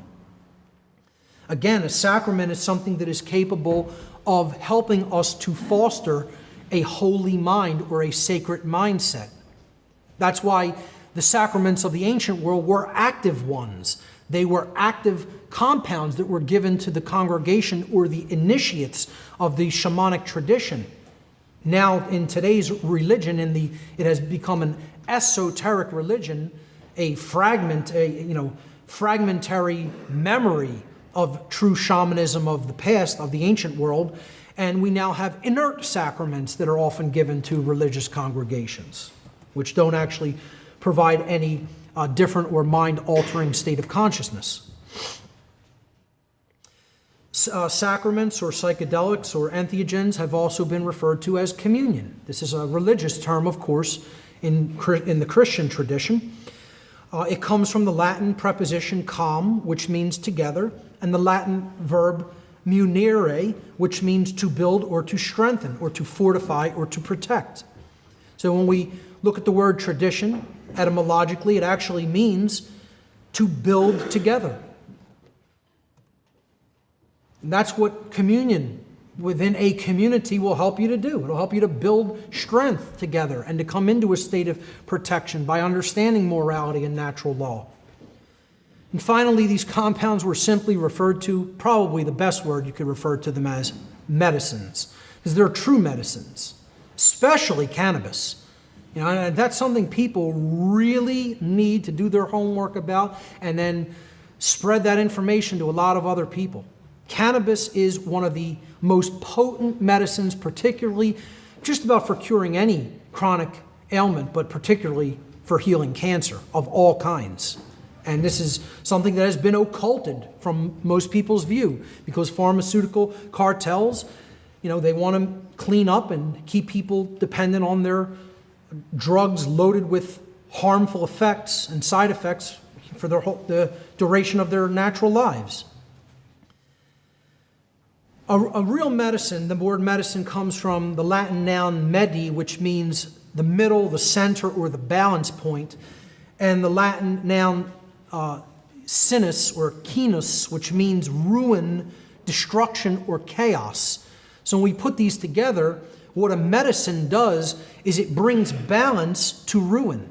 It brings balance to that which once was in ruin. Is that not what a true medicine is supposed to help us to achieve? To re-achieve a state of balance. In other words, to bring order to that which was in chaos. And ultimately, what the shaman really worked with was knowledge. Okay, that's the most important thing that can bring balance back to a society that is in ruins, or to bring order back to a society which was in chaos. Knowledge was the ultimate medicine of the shamanic culture. Which brings me to the point, and this is going to be a pretty controversial point of view that I'm going to lay out here. But if you actually look into this point, you will understand that this is the case. And many people will not advocate for this position, and I will. This is something I make no bones about advocating for. A shamanic culture was very controlling of their young. And I don't even want to use the word control. It was very strictly guiding of their young. Let's use that expression, okay?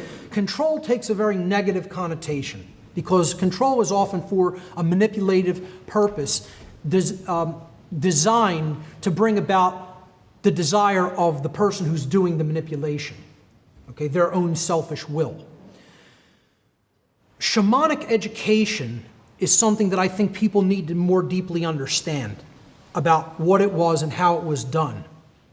I talked about this a little bit at the end of my last seminar, and started to talk about it at the end of the last time I was in Connecticut last year in the question and answer session.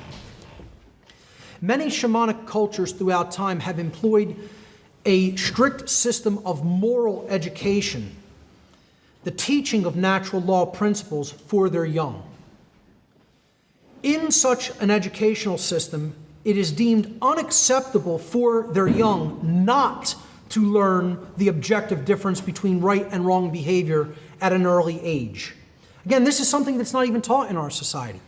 In any schools in the world, anywhere in the world, are teachers really teaching the difference, the true difference between right and wrong behavior?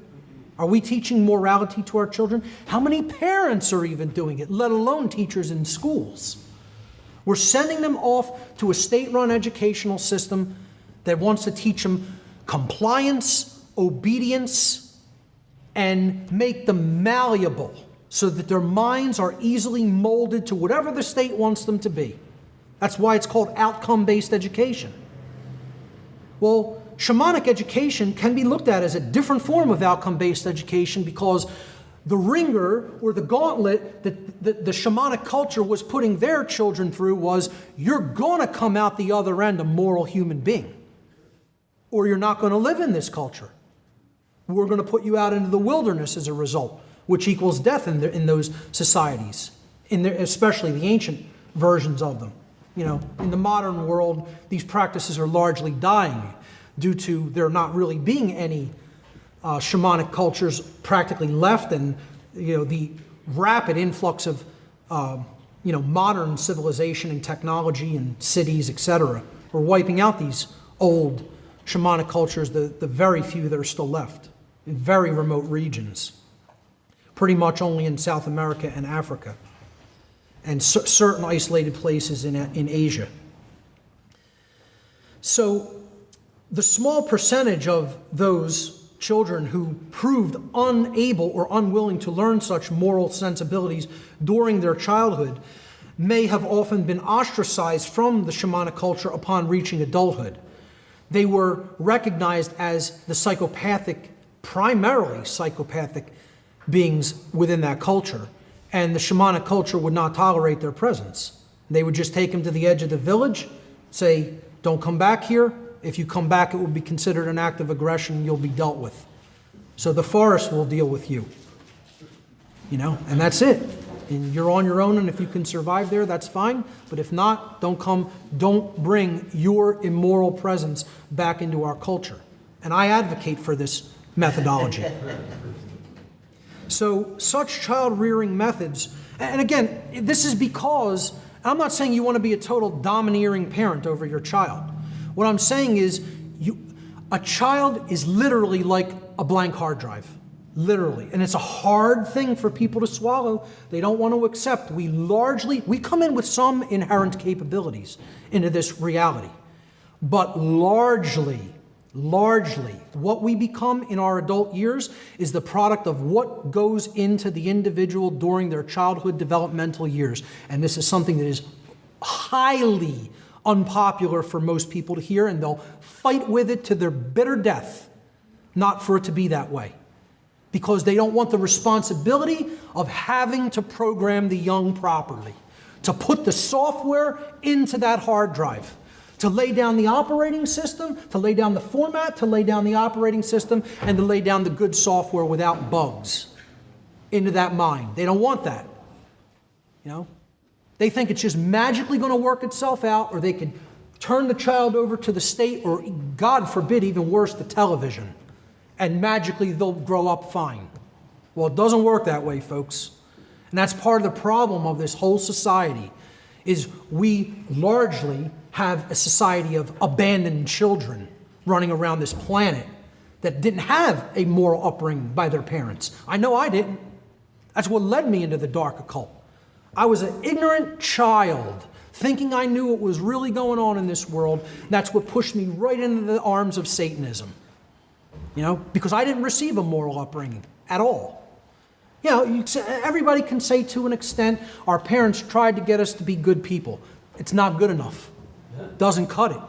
Sorry to burst your bubble. Get as offended as you want.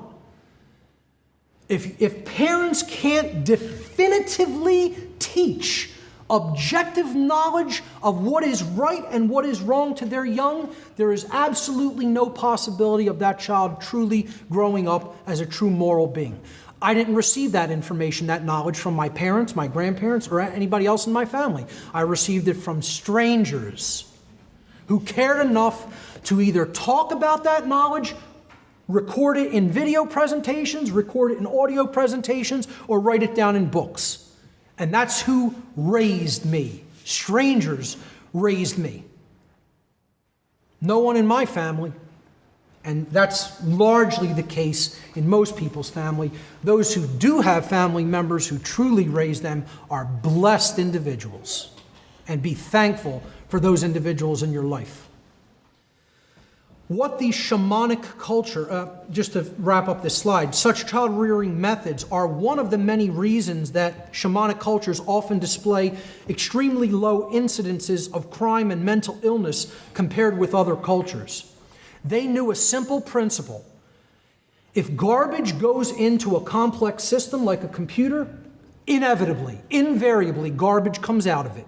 If you program a computer with a bad file system format, a bad operating system, bad software, you're not getting good output on the screen, on the printer, on the internet, or anywhere else the information goes out to. Not possible. You put good quality information and coding into that computer, you're going to get quality out of it. And that is largely how a human being works. I'm not saying we are computers. I always make that caveat because there's always people who say, he's getting up here and saying we're all computers. Not what I'm saying. I'm saying our fundamental thought and behavioral processes largely work like a computer, that if you put good information in to be taken in, understood, and then acted upon, then you're going to have good output through behavior.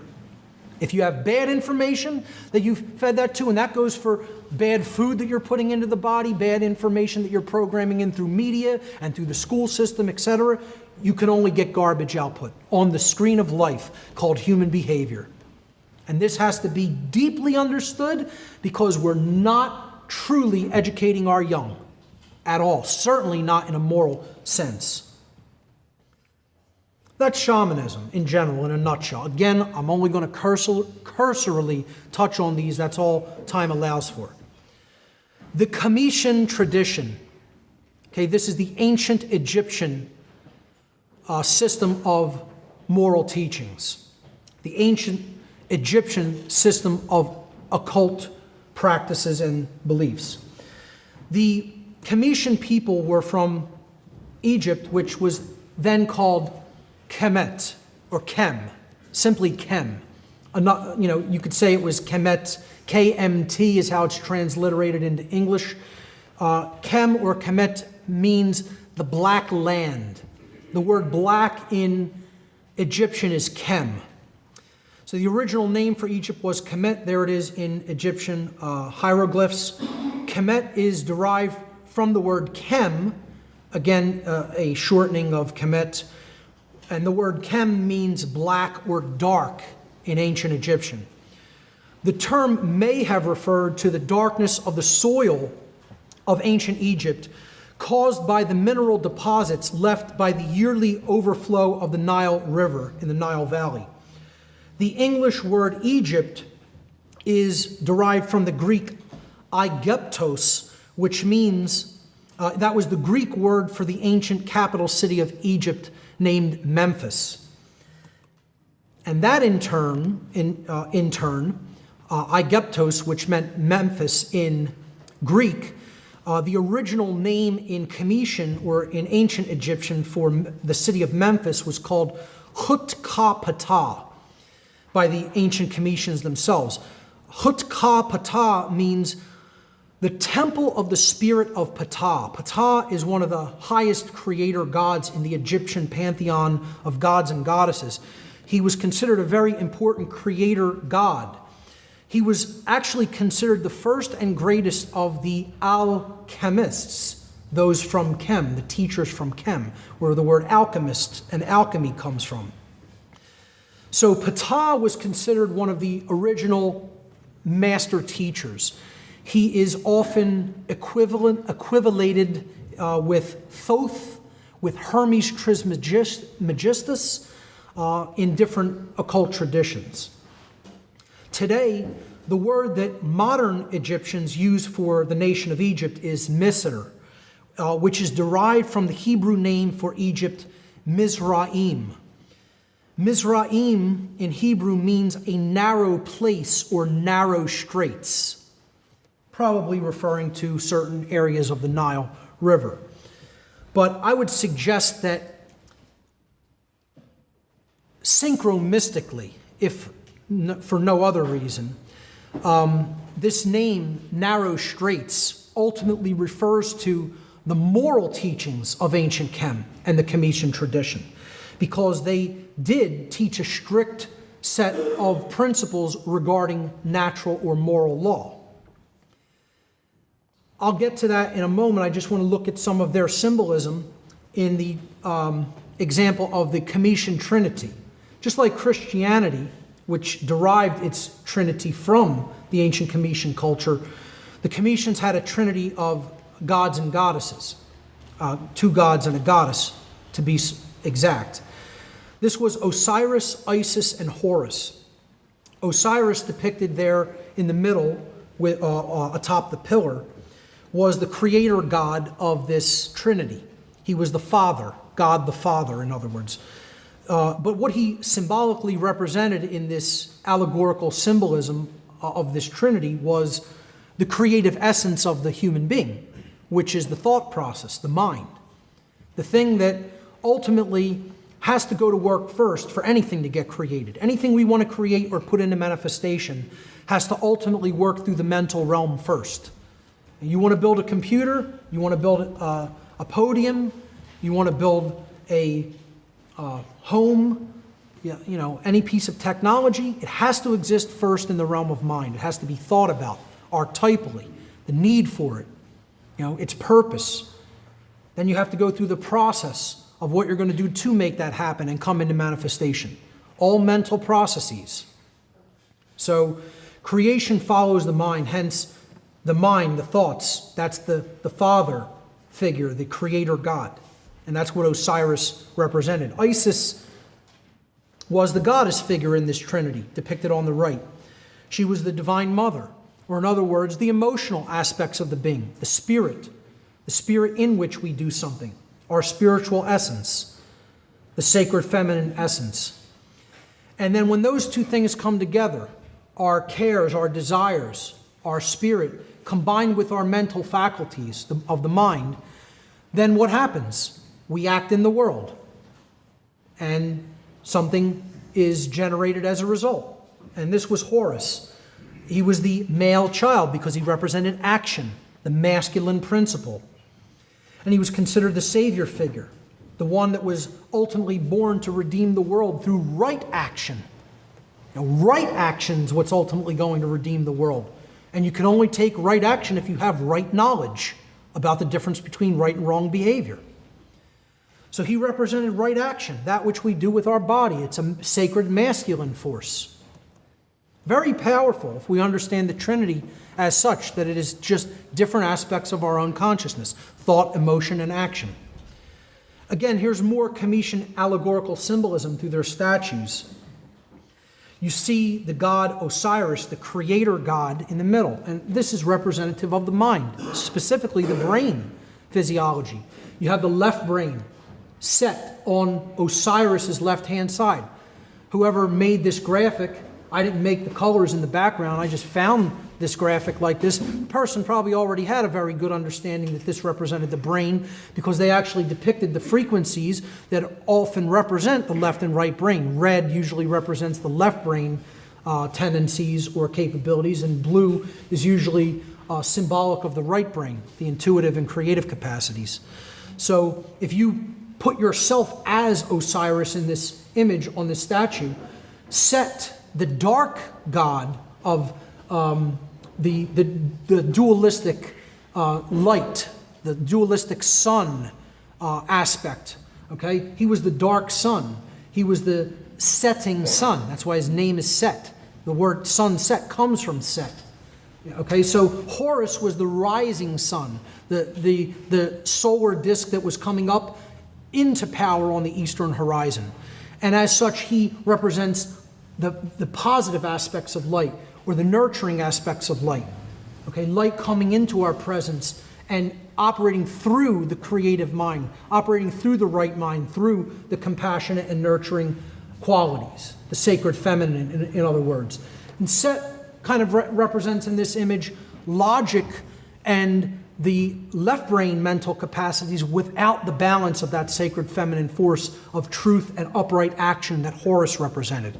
As such, Set was always a mischievous character in the Egyptian pantheon and the Egyptian stories, their allegorical stories. And he fought against Horus and ultimately conquers him and banishes him into the underworld where they have to do battle. And Horus has to use his willpower to conquer Set and then rise again on the eastern horizon to rejuvenate the world through light and right action.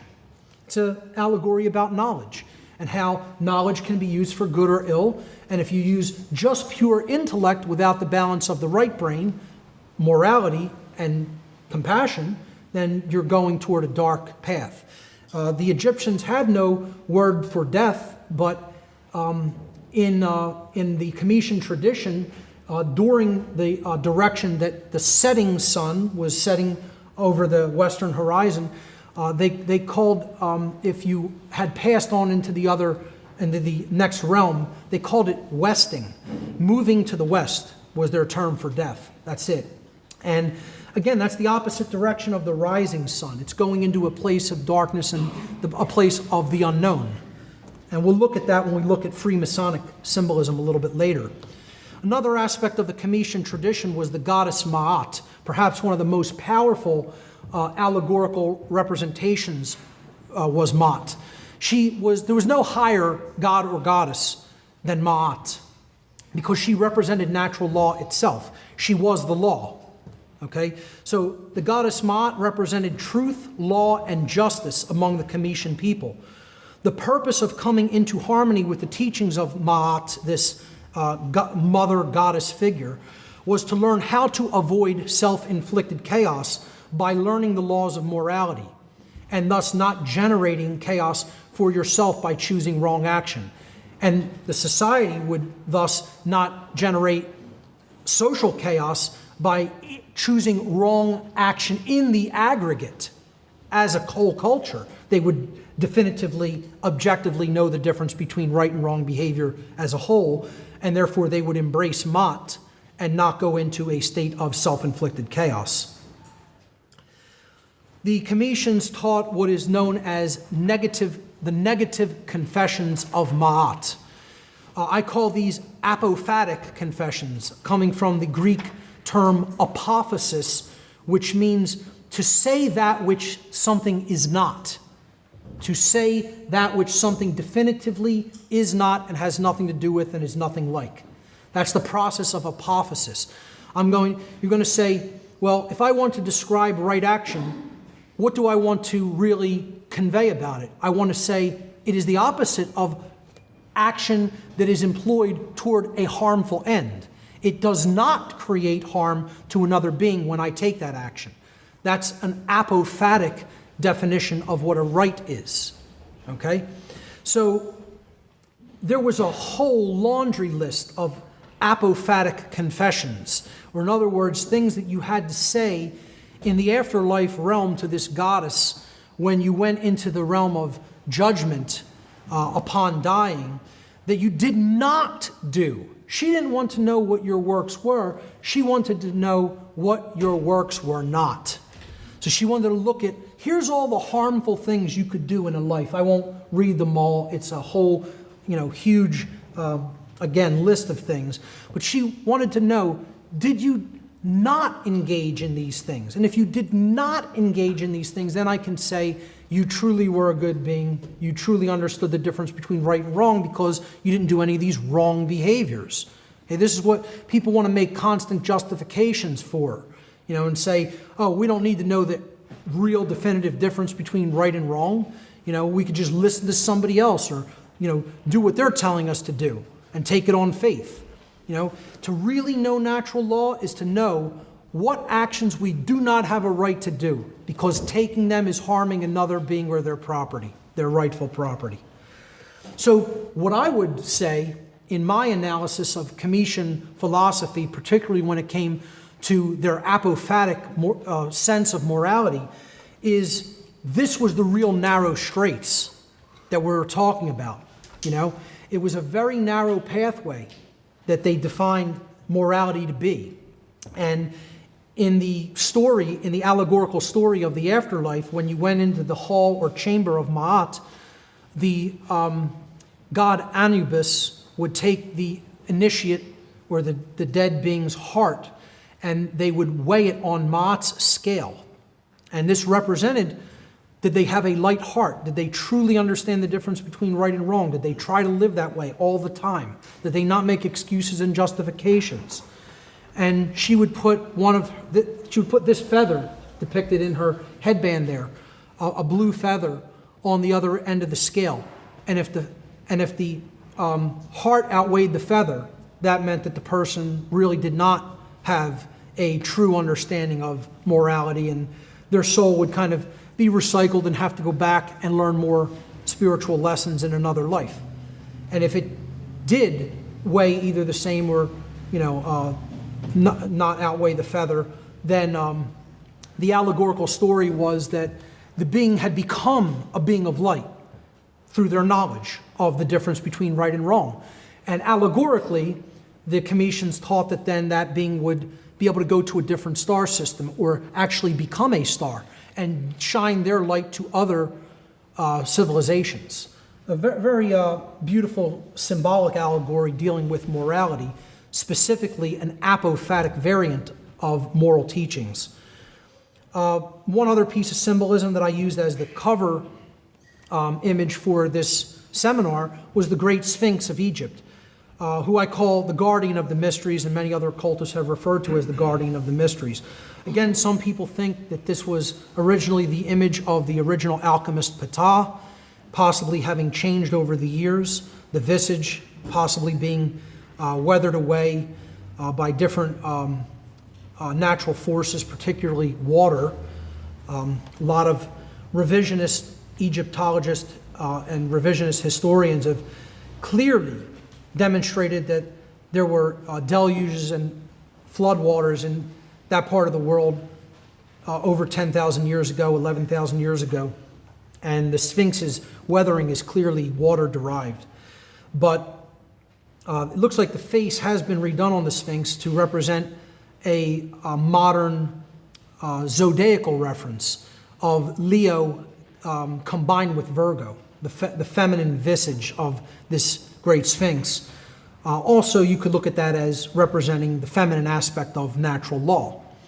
So really what we're looking at here is a zodiac in stone representing the rising of the sun during the spring equinox at approximately 12,000 or so years ago. Let's look at the tradition of alchemy, the occult tradition known as alchemy. Again, this came out of the Egyptian tradition.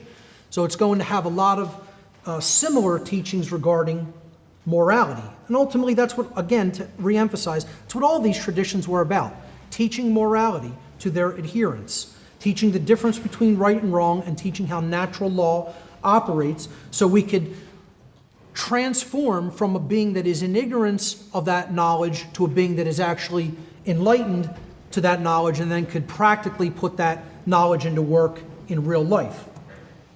So, I call this section Alchemy Out of Darkness and Into Light.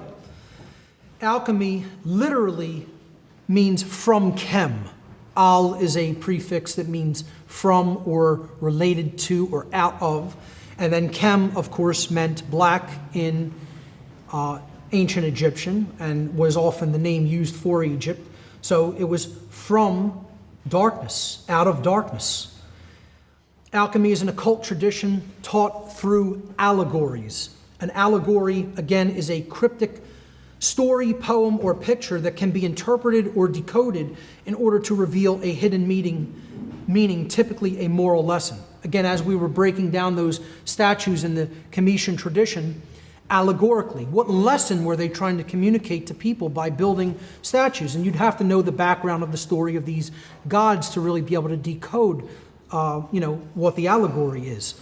Showing that statue to somebody who's never heard of Horus, Osiris, or Isis wouldn't really do much. But if you understand the verbal traditions and the written stories about those gods, then you understand what they represented and the allegory can be decoded. That's how occultism works. It works through relational and correlative thinking. So alchemy is taught through allegory, through symbols and allegory, as many occult traditions are. In the tradition of alchemy, it is asserted that all base modes of human consciousness, which are called base metals in alchemy, again, in alchemy you're dealing with the transmutation of metals from one form into another form. But they're not really talking about metals. Okay, they're talking about qualities of human consciousness. That's what these metals are. They're modalities of consciousness. So it's taught that the base modalities of human consciousness, or base metals, are actually imperfections of pure consciousness, or what the alchemists symbolically called gold consciousness. And that all metals are ordained by nature to become the perfect, quote, gold of the sun, or in other words, enlightened consciousness or enlightened beings. The alchemist then seeks to remove from his or her thoughts, emotions, and actions their disorderly imperfections or base characteristics in order to bring them to their true state of natural order, in other words, harmony with natural law, and to transmute them into, quote, alchemical gold, which again represented the purification of mind, body, and spirit. Now notice this is again an apophatic tradition. It works through a negative pathway. You're starting with something and you are breaking it down and removing the impurities. You're not adding something to it, you're taking away something that is already there. And this is representative of we are polluted with so much bad information, with bad programming, with beliefs that don't serve who we really are, with beliefs that don't give us an accurate understanding about how nature and the laws of consciousness work. So we need to get rid of those impurities, to take them away from ourselves, to break them down and to decalcify that which has become rigid and hardened. And it's like ossified like bone. And that's what the hardened ego is like. And it's to break that down and to carry it away, to dissolve it and remove those impurities. Some of the symbols in the symbolic tradition of allegory, very simple, basic, rudimentary ones. There's so many of them, you can get lost in them all. But there were elemental forces that the alchemists wanted to convey information about and basically define. And they had a symbol for them, and then they interpreted that allegorically. And here's some basic ones. The symbol of earth, an inverted equilateral triangle with a line going through about the 2/3 point if you take the measure from the base to the apex. The symbol of earth represented inherent characteristics of the being, their talents and resources that they may have developed or that they had a proclivity to or an inclination toward. Perhaps something that was inherent, that they maybe came in with a tendency for. So air represented the intellect, and that is the pure intellect, meaning the left brain modality, our ability to compute, our ability to define things logically, our ability to break things down, analyze, etc. Water, the inverted triangle, represented emotion, intuition, and creativity. Again, that sacred feminine essence, dealing with largely emotion and the sacred feminine qualities. And then fire, an upward pointing triangle. Again, we've seen that inverted triangle in water representing the chalice, called the chalice in many older symbolic traditions. And the element of fire in alchemy was the upright pointing triangle, which represented the blade, or again, a rudimentary masculine phallic symbol representing action, willpower, and courage. Okay, the actual ability to create change within oneself and to go out and create change in the world. Then there was a fifth element. So you have earth, air, water, and fire, and then you had the quintessence, meaning the fifth essence. The fifth element was spirit, represented by a solar wheel with 8 spokes, a circle and then an eight-spoke cross in the middle of it. This represented the divine spark or the divine essence within all of us. You know, the essence of the source or the creator, the underlying intelligence in nature, which is ultimately present in everything within nature, including us. Alchemists speak of something called prima materia, or starting matter. Starting substance is what prima materia was. Again, the starting substance is the human being that needs to be purified, that needs the impurities removed from them so that they can come to a more clear and accurate and de-occulted understanding of the laws of nature. The starting substance, or prima materia, is used at the inception of the alchemical work, the beginning. Silver is considered to be one of the starting substances. There are others, but silver is one of the main sources of prima materia in alchemy. The alchemical symbol for silver is the moon, or is associated with the moon. Because silver represented, in alchemy, the feminine aspects of the human psyche, including the attributes of intuition, inner wisdom, compassion, open-mindedness, and contemplation. And that's what you need to begin. You need that sense of open-mindedness, of desire, of willing to learn, willing to open yourself up and receive. Okay, the truth is always out there, but we have to be open to receive it. That's a feminine quality. It's absolutely essential and central to the tradition of Kabbalah, which we're going to talk about momentarily, which means reception. So Alchemists also referred to an all-important agent which is necessary for the transmutation of, quote, base metals into, quote, gold, or in other words, base modes of consciousness into higher forms of consciousness. This agent has been referred to as the elixir of life, the philosophical powder, and the quintessence. But by far, the most well-known name for this agent of transformation was the philosopher's stone. The philosopher's stone represented man himself at the beginning of the process of self-mastery. It also represented the universal spark, the divine spark or divine essence, which is present in everything that has been created, and thus also in the alchemist himself. The great work of alchemical transmutation is accomplished in 3 phases, which I'm going to cover briefly here. These 3 phases of transformation in alchemy are all explained allegorically.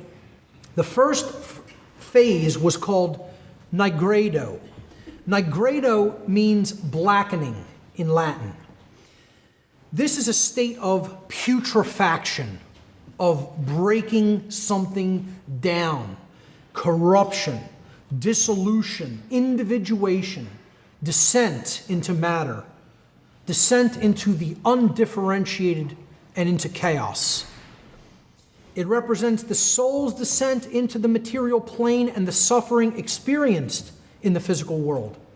Alchemists often represented the soul at this stage as the element of salt, because salt is crystallized, it's hardened, it's fixed, just like an ego that is resistant to change. And I would suggest this is the state the world is in. We are in the state of nigredo, of blackening, of corruption, of putrefaction. And believe me, the vast majority of the people on this world are the salt. And I don't mean salt of the earth in the good way. They're crystallized, they're hardened, they're resistant to change, and they need to be dissolved and broken down mentally, emotionally, spiritually. The second phase of alchemical transformation is albedo, which means whitening. Albedo represents the process of spiritual purification, the burning out of impurities from the salt or hardened ego. The salt in this step is reduced into quicksilver or mercury, which represents fluidity, and the process of rapid mental, emotional, and spiritual change, and the strengthening of the sacred feminine essence, leading to the engagement of the imagination. The only substance, the only essence from which the elixir of life or the awakened or enlightened mind can then be made. This is why the dark occult want to stamp out the human imagination, because they don't want the process of transformation to happen in our species. You know, this step is about when people start to learn the truth and are accepting of it.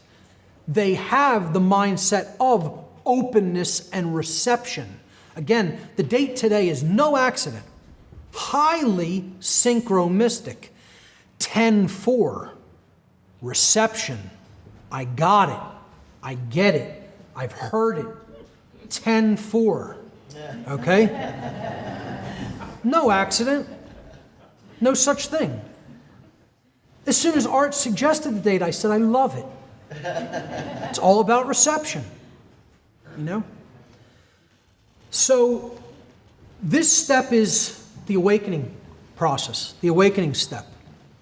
It's when we recognize the world isn't what we thought it was, and we start developing a desire for more than the base things in life. We start developing a desire to know the truth, the desire to reach higher realms of consciousness, the desire to better ourselves and be better than we were the day before. Well, we're going to start working upon ourselves by taking in the truth and letting go of beliefs and letting go of impurities in our thought processes and bringing our consciousness into alignment with truth and with morality. That's this step of the process. Whitening, purification. the burning out of impurities. It's a beautiful allegory if it's properly understood. The third and final phase of the alchemical, quote, great work is rubedo. Rubedo means reddening, the transmutation into gold or sulfur, alchemical substances, gold or sulfur. And they represented purified and enlightened consciousness. The elemental fire of the philosopher's stone. Again, that's why it was symbolized by a red elixir. Often the philosopher's stone was depicted as a red stone itself. And that represented the unification of man, which was the limited being, with the divine will, often represented by a red color as well, the unlimited. So it's a paradox in terms. It's the microcosm joining with the macrocosm. It's man as the limited being in the physical domain having a spiritual learning experience here in the physical world, coming into union with the divine spark or essence, the unlimited force inherent in nature. That's alchemy in a nutshell. Very simple explanation of the allegorical tradition. Again, this is rudimentary work meant to whet the appetite of the student. Let's briefly look at the Hermetic tradition. A quote, which is an inscription from the ruins at the Delphic Oracle in Greece. Heed these words, ye who wish to probe the depths of nature. If you do not find within yourself that which you seek, neither will you find it outside of yourself. If you ignore the wonders of your own house, how do you expect to find other wonders? In you is hidden the treasure of treasures. Know thyself, and you will know the universe and the gods. Again, it's an understanding that if you really deeply explore either of the realms of the occult, the microcosmic realm or the macrocosmic realm, they are reflections of each other. This is the correspondence principle at work. To know the self is to know the universe. To know the universe is to know the self. It's to understand the dynamic interplay between free will and natural law, a theme that comes up over and over and over again in occult traditions and teachings. And again, the Hermetic tradition was also a growing out of, a continuation of the Cometian tradition that was practiced in, again, later Egypt and then was passed into Greece. I'm going to read some Hermetic philosophy from a book known as the Kybalion. I know a lot of people debate that pronunciation and like to call it the Kabbalion, but I see that as far too modern Anglicized, and I like to pronounce it how it probably would have been pronounced in the ancient Greek language, in which there was no short Y sounds. It would have been a long I sound, Kybalion, and every syllable would have been pronounced. Again, people can debate that. It's kind of a splitting of hairs, but I prefer what would have been closer to the ancient pronunciation. The Kybalion states, there is no portion of the occult teachings possessed by the world which have been so closely guarded as the fragments of the Hermetic teachings which have come down to us over the tens of centuries which have elapsed since the lifetime of its great founder, Hermes Trismegistus, the, quote, scribe of the gods, again, Thoth in the Egyptian tradition, Hermes in the Greek tradition. In the Hermetic tradition, he was known as Hermes Trismegistus, the thrice great one. Trismegistus means great 3 times over, or thrice great. He was great in his thoughts, in his emotions, and in his actions. His aspects of his consciousness were unified. Some people look at, he was the original alchemist in the Cometian tradition, the creator god Ptah. Okay? So, Hermes Trismegistus, the, quote, scribe of the gods, who dwelt in old Egypt in the days when the present race of men was in its infancy, and I would agree with that. Hermes was and is the great central sun of occultism, whose rays have served to illumine the countless teachings which have been promulgated since his time. All the fundamental and basic teachings embedded in the esoteric teachings of every race may be traced back to Hermes Trismegistus. Even the most ancient teachings of India, he's referring to the Vedas here, undoubtedly have their roots in the ancient Hermetic teachings. So the person who wrote the Kybalion, or the group of people who wrote the Kybalion, are stating that it is their belief that the Hermetic teachings are the roots of modern occultism. You know, I tend to look at ancient Cometian philosophy as being even older than even the Hermetic tradition, and perhaps shamanism being even more than that. In this section, I'm going to go for about another 15 minutes, and then we're going to break for lunch.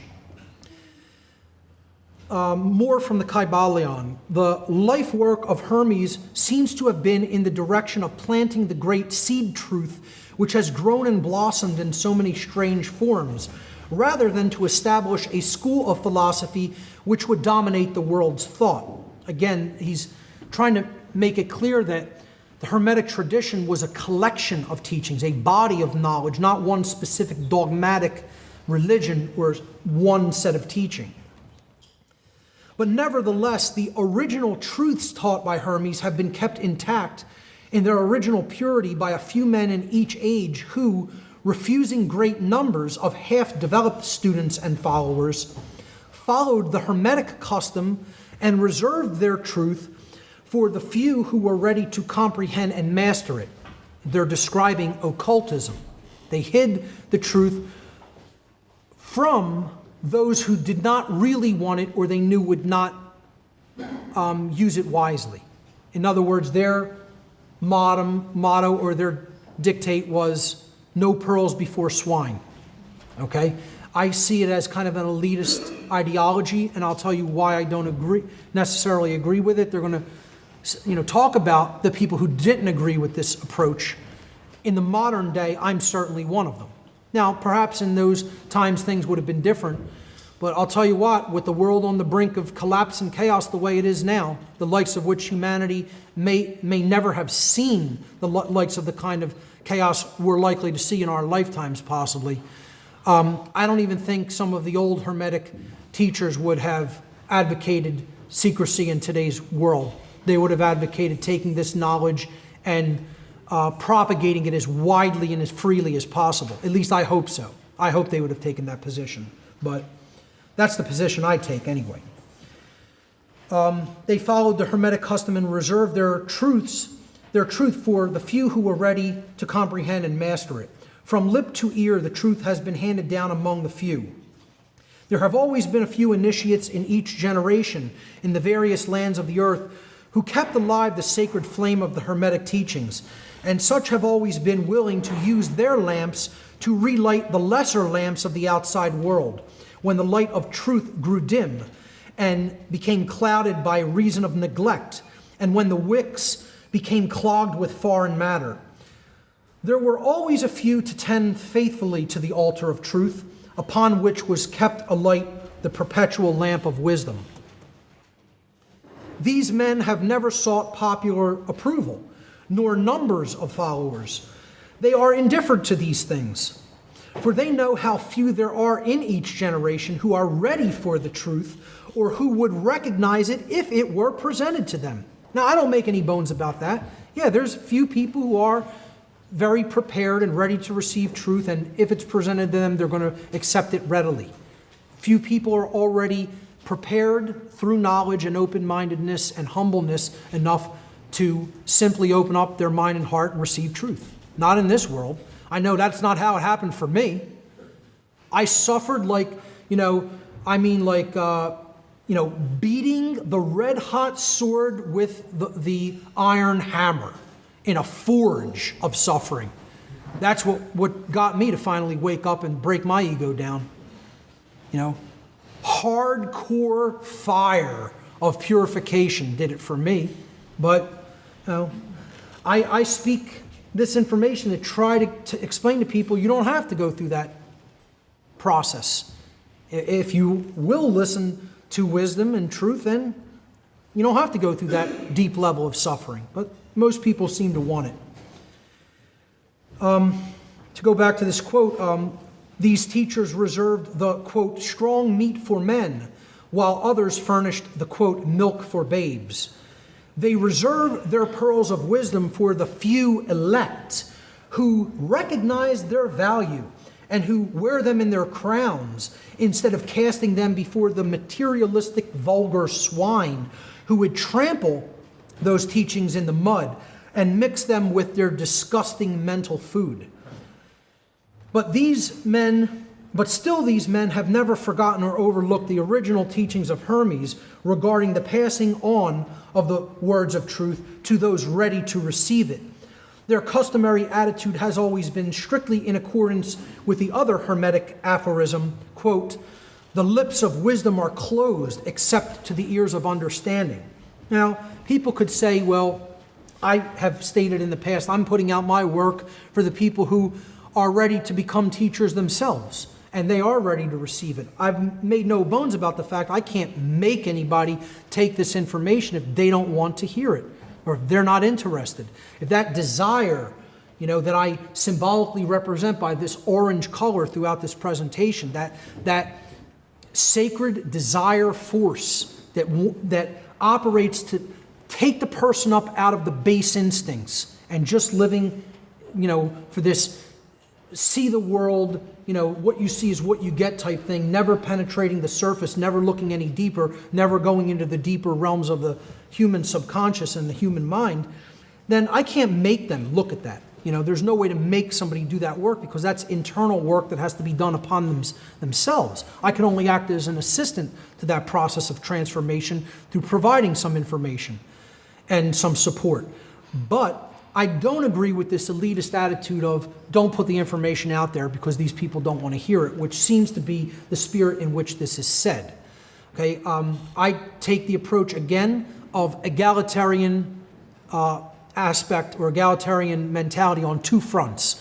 One, when it comes to all of our natural rights, we are equal under that law, under that natural law. And two, I believe in egalitarianism when it comes to information being presented, information which we need, vital information which we need to make truly informed decisions in life. That information should be provided freely and openly.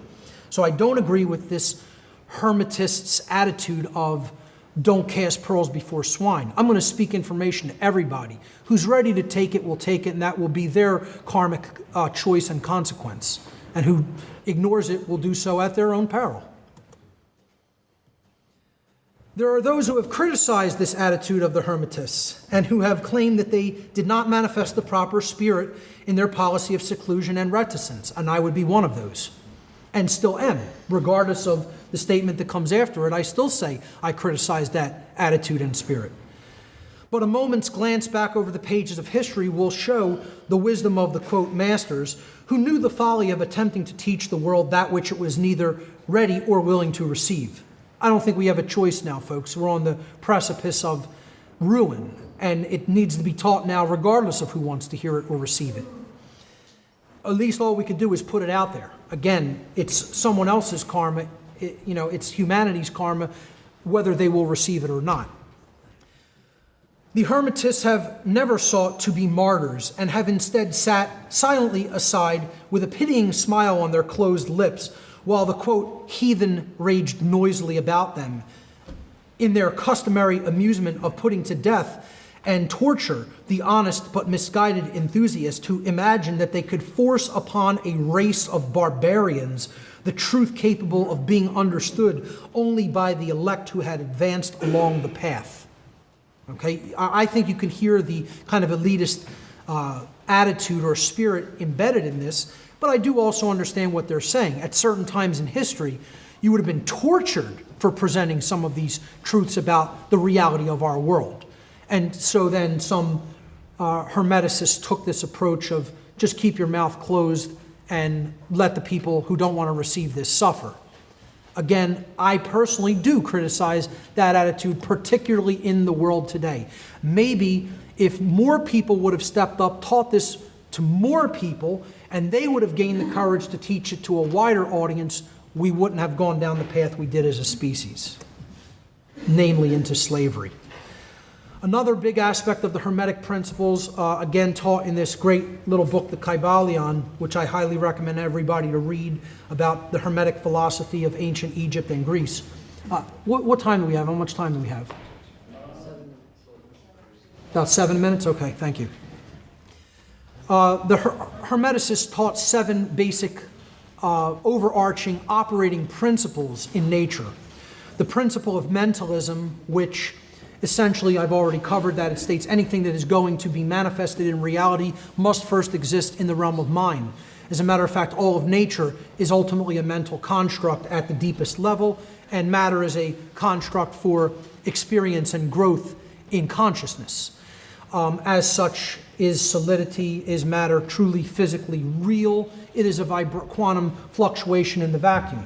It's a holographic quantum experience that is necessary for growth and development of consciousness. So, that doesn't mean I go into the full right brain imbalance mode that many New Agers and religionists take, that this is all an inferior realm matter is, and we shouldn't try to act and create any real world change here. No, that's not a state of balance, that's right brain imbalance. Balance means you have your head in the cosmos, meaning you are at a higher level of consciousness in how you're operating, and you understand that matter may be a constructural thing to provide learning for the soul, but you have your feet firmly planted on the ground, anchored in the real world, taking real world action to better yourself and to help better others. So that's the principle of mentalism. Correspondence is the aphorism of as above, so below, or as within, so without. The microcosm reflects the macrocosm, and the macrocosm reflects the microcosm. That which we do at an individual scale will become our aggregate quality of behavior at a larger scale and will become our macroscopic experience. That's the law of correspondence. The law of vibration, again, at a very low undifferentiated level, everything is simply a fluctuation or a vibration, vibratory energy existing in the vacuum, and nothing is truly at rest. Everything ultimately is in a state of vibration. There is no such thing as the cessation of motion or the cessation of vibration or sound. The principle of polarity, everything has poles to it, everything has opposites, everything has a kind of a spectrum of extremes, a spectrum of polarities that result in two opposite extremes, ultimately operating through the same thing, through the same medium, but seeming to have different extremes in their polarities. The principle of rhythm, everything moves in cycles and has a rhythm to it, has an up and down quality, an ebb and flow quality through time. The principle of cause and effect essentially is almost equivalent with natural law principles. That which we cause and put out into effect in the universe is then demonstrated back to us by the universe like a mirror. Okay, so we reap what we sow. That which we put out into the universe, we receive back from the universe. There is no effects that manifest without causal factors that precede them.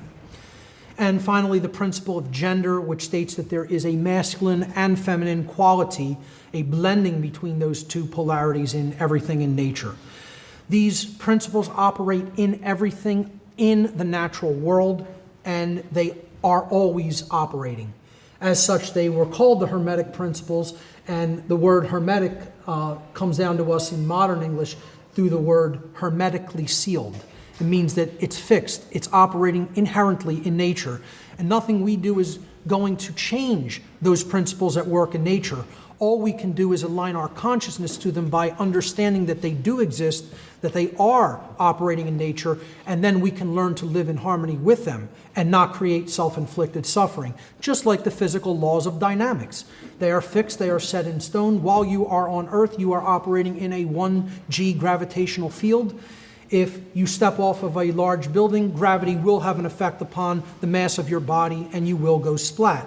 That's a fixed law, And all you can really do is understand it. It doesn't matter if you like it or not, but you can understand it and therefore align your behavior not to do such a stupid thing by walking off a building in a 1G field, okay?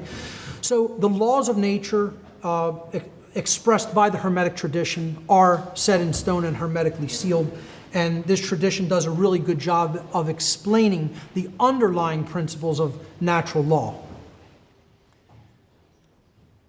I think we'll leave it there for this morning session, and in the second session we will meet at exactly 2 p.m. Please come back a little bit before then, like if you could be back around 5:02, that would be great, so you could take your seats and get ready. I'm going to start exactly at 2 p.m. Thank you.